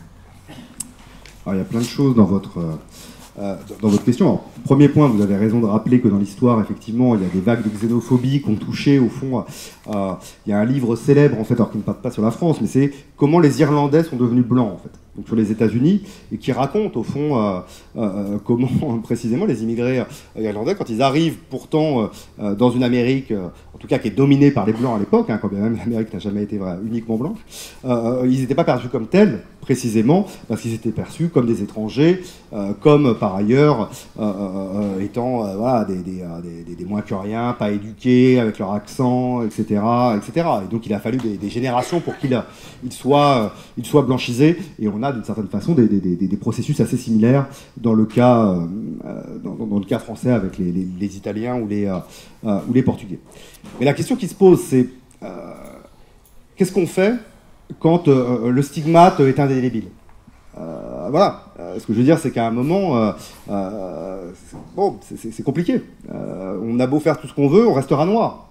Alors il y a, on avait bossé dessus justement dans l'enquête précédente, mais tout un ensemble de stratégies d'invisibilisation du stigmate qui prend différentes formes: le lissage de la peau, le lissage des cheveux, les crèmes blanchissantes, les façons de s'habiller potentiellement. Il y a aussi le fait de donner des prénoms français à ses enfants, ou parfois, on en a quelques-uns dans le livre, en fait, des gens qui changent de prénom, en fait, pour se prémunir précisément de toutes ces expériences-là. Mais bon, ce que nous disent quand même les gens à un moment, c'est bon, quoi. En fait, on est français. Et il y a quand même ce truc-là, quand même, de gens qui sont 2e, 3e génération, qui sont Bac+5 et qui sont là. En fait, on n'en peut plus, on n'accepte plus de devoir invisibiliser une partie de ce qu'on est pour pouvoir juste avoir une vie normale et des droits comme les autres, en fait. Et donc, c'est ça, au fond, que révèle le phénomène qu'on étudie dans ce livre. C'est au fond, alors on pourrait dire d'une certaine façon, c'est des débats qu'on a souvent quand on présente le bouquin, c'est effectivement, on a peut-être tendance à voir un peu le verre à moitié plein, et peut-être qu'il y a des choses aussi à moitié vides, et peut-être qu'il y a des choses positives. C'est que, au fond, il y a des gens qui sont descendants de l'immigration, qui sont racisés, etc., et qui ont accédé aux études supérieures, qui ont connu une trajectoire d'ascension scolaire et tout, et donc c'est peut-être l'intégration à la française. Bon, malgré tout, ce que je dis souvent, c'est quand même que malgré, et le livre le montre très bien, c'est que les élites françaises demeurent irrémédiablement blanches. Certes, on va trouver quelques exceptions, mais le champ politique est quand même très majoritairement blanc. À l'université, mais moi, mes collègues non blancs, je les compte sur le doigt de la main, en fait. Dans les grandes entreprises, même chose. Et donc, il y a des choses qui bougent. On peut dire, il faut être patient, en fait. Ce que les gens disent, au fond, regardez, les Portugais, ça a pris 2-3 générations. Mais en fait, non, pour faire valoir ses droits, en fait, les gens, ils n'ont pas à attendre, et 2, en fait, ils n'en peuvent plus d'attendre. Et il n'est pas certain que s'il n'y a pas des formes d'organisation collective et des combats qui sont menés, y compris parce que les Portugais et les Italiens eux-mêmes se sont mobilisés, etc. Et cette histoire-là, au fond, est parfois aussi un peu invisibilisée, comme si, au fond, l'égalité était octroyée ou se faisait naturellement par une sorte de mécanique sociale, etc. En fait, l'égalité, c'est toujours une conquête, quoi. Et donc, il y a eu des mobilisations, et c'est toute la difficulté dans la période dans laquelle on vit, c'est que ceux et celles qui seraient les mieux placés pour les mener, ces combats-là, on fait tout pour qu'ils ne s'organisent pas et on leur met des bâtons dans la roue et la répression est terrible. Donc voilà. Du côté italien, des fois, ça crée des chevaux de Troie, Georges Bardella. Le devenir après, oui, ça c'est encore un autre débat, effectivement.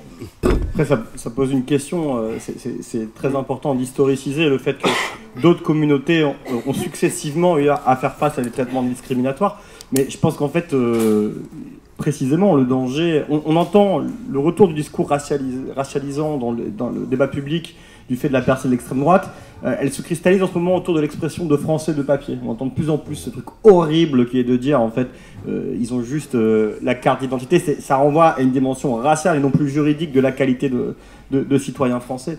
Et à mon avis, ça vise pas que les musulmans. Parce que si vous parlez de paratonnerre, la question qui peut se poser, c'est qu'une fois qu'on aura viré les musulmans, c'est qui le paratonnerre après, en fait. Et donc, en fait, je pense que c'est comme disait aussi... En fait, quand on parle des musulmans, je pense que toutes les minorités devraient tendre l'oreille, parce qu'en fait, on parle aussi d'eux, quelque part. Tout ce qui n'est pas blanc, en fait, il faut... Fanon qui disait ça. Hein. Fanon disait, quand on parle, alors dans son contexte, hein, quand on parle des juifs, tendez bien l'oreille, on parle de vous, en fait. Donc aujourd'hui, on a juste changé le paratonnerre principal, on va dire. Mais évidemment que sur la question de l'antisémitisme, il est au coin du bois. Il y a toute une résurgence de textes antisémites à l'extrême droite dont les médias ne parlent jamais, et celui-là est bien réel pour le coup, contrairement à celui qu'ils essayent de faire porter à la France insoumise notamment. Voilà, donc pour dire que tout ça, en fait, c'est ce qui est un peu triste, hein, c'est que la paix est jamais définitive, on est condamné à lutter finalement, en fait. Non, juste pour illustrer ce que tu disais à l'instant sur quand on parle des juifs, on parle de vous.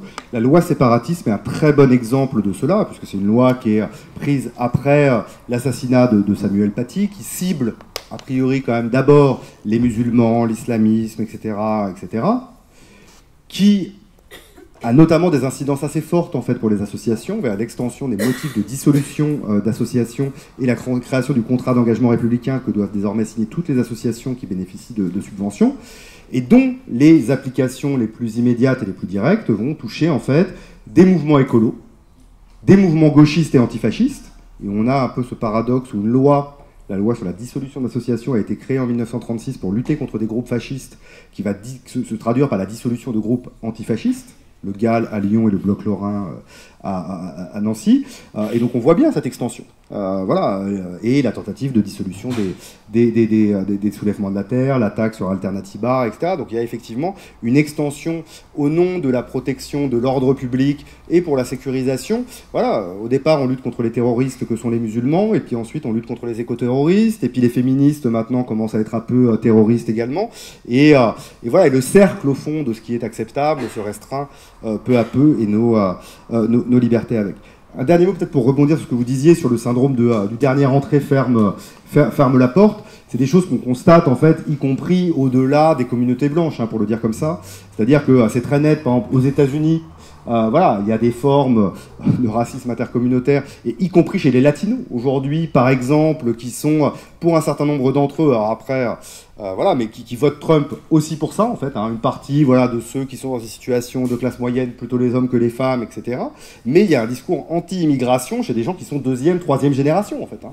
Voilà, mais on le voit un petit peu, c'est très minoritaire en France parce que les orientations électorales quand même sont assez différentes par rapport aux États-Unis, mais on a une toute petite minorité de maghrébins de droite, pour le dire comme ça, et qui là sont dans un discours un peu comme ça sur le fait que les jeunes se comportent mal, quoi, pour le dire comme ça, et ras-le-bol de l'immigration. Donc c'est un phénomène pluriséculaire, j'ai envie de dire que voilà, et on le voit continuellement se reproduire. Eh bien, on approche des 5 heures, ça va être l'heure des remerciements. Je remercie Sandra avec qui j'ai préparé l'entretien d'aujourd'hui. Et nous remercions collectivement la médiathèque Jean Lévy de nous avoir accueillis dans ces super conditions. Merci, comme à chaque fois. Et merci à vous tous et toutes d'être venus. Je pense qu'on peut s'applaudir tous. Merci.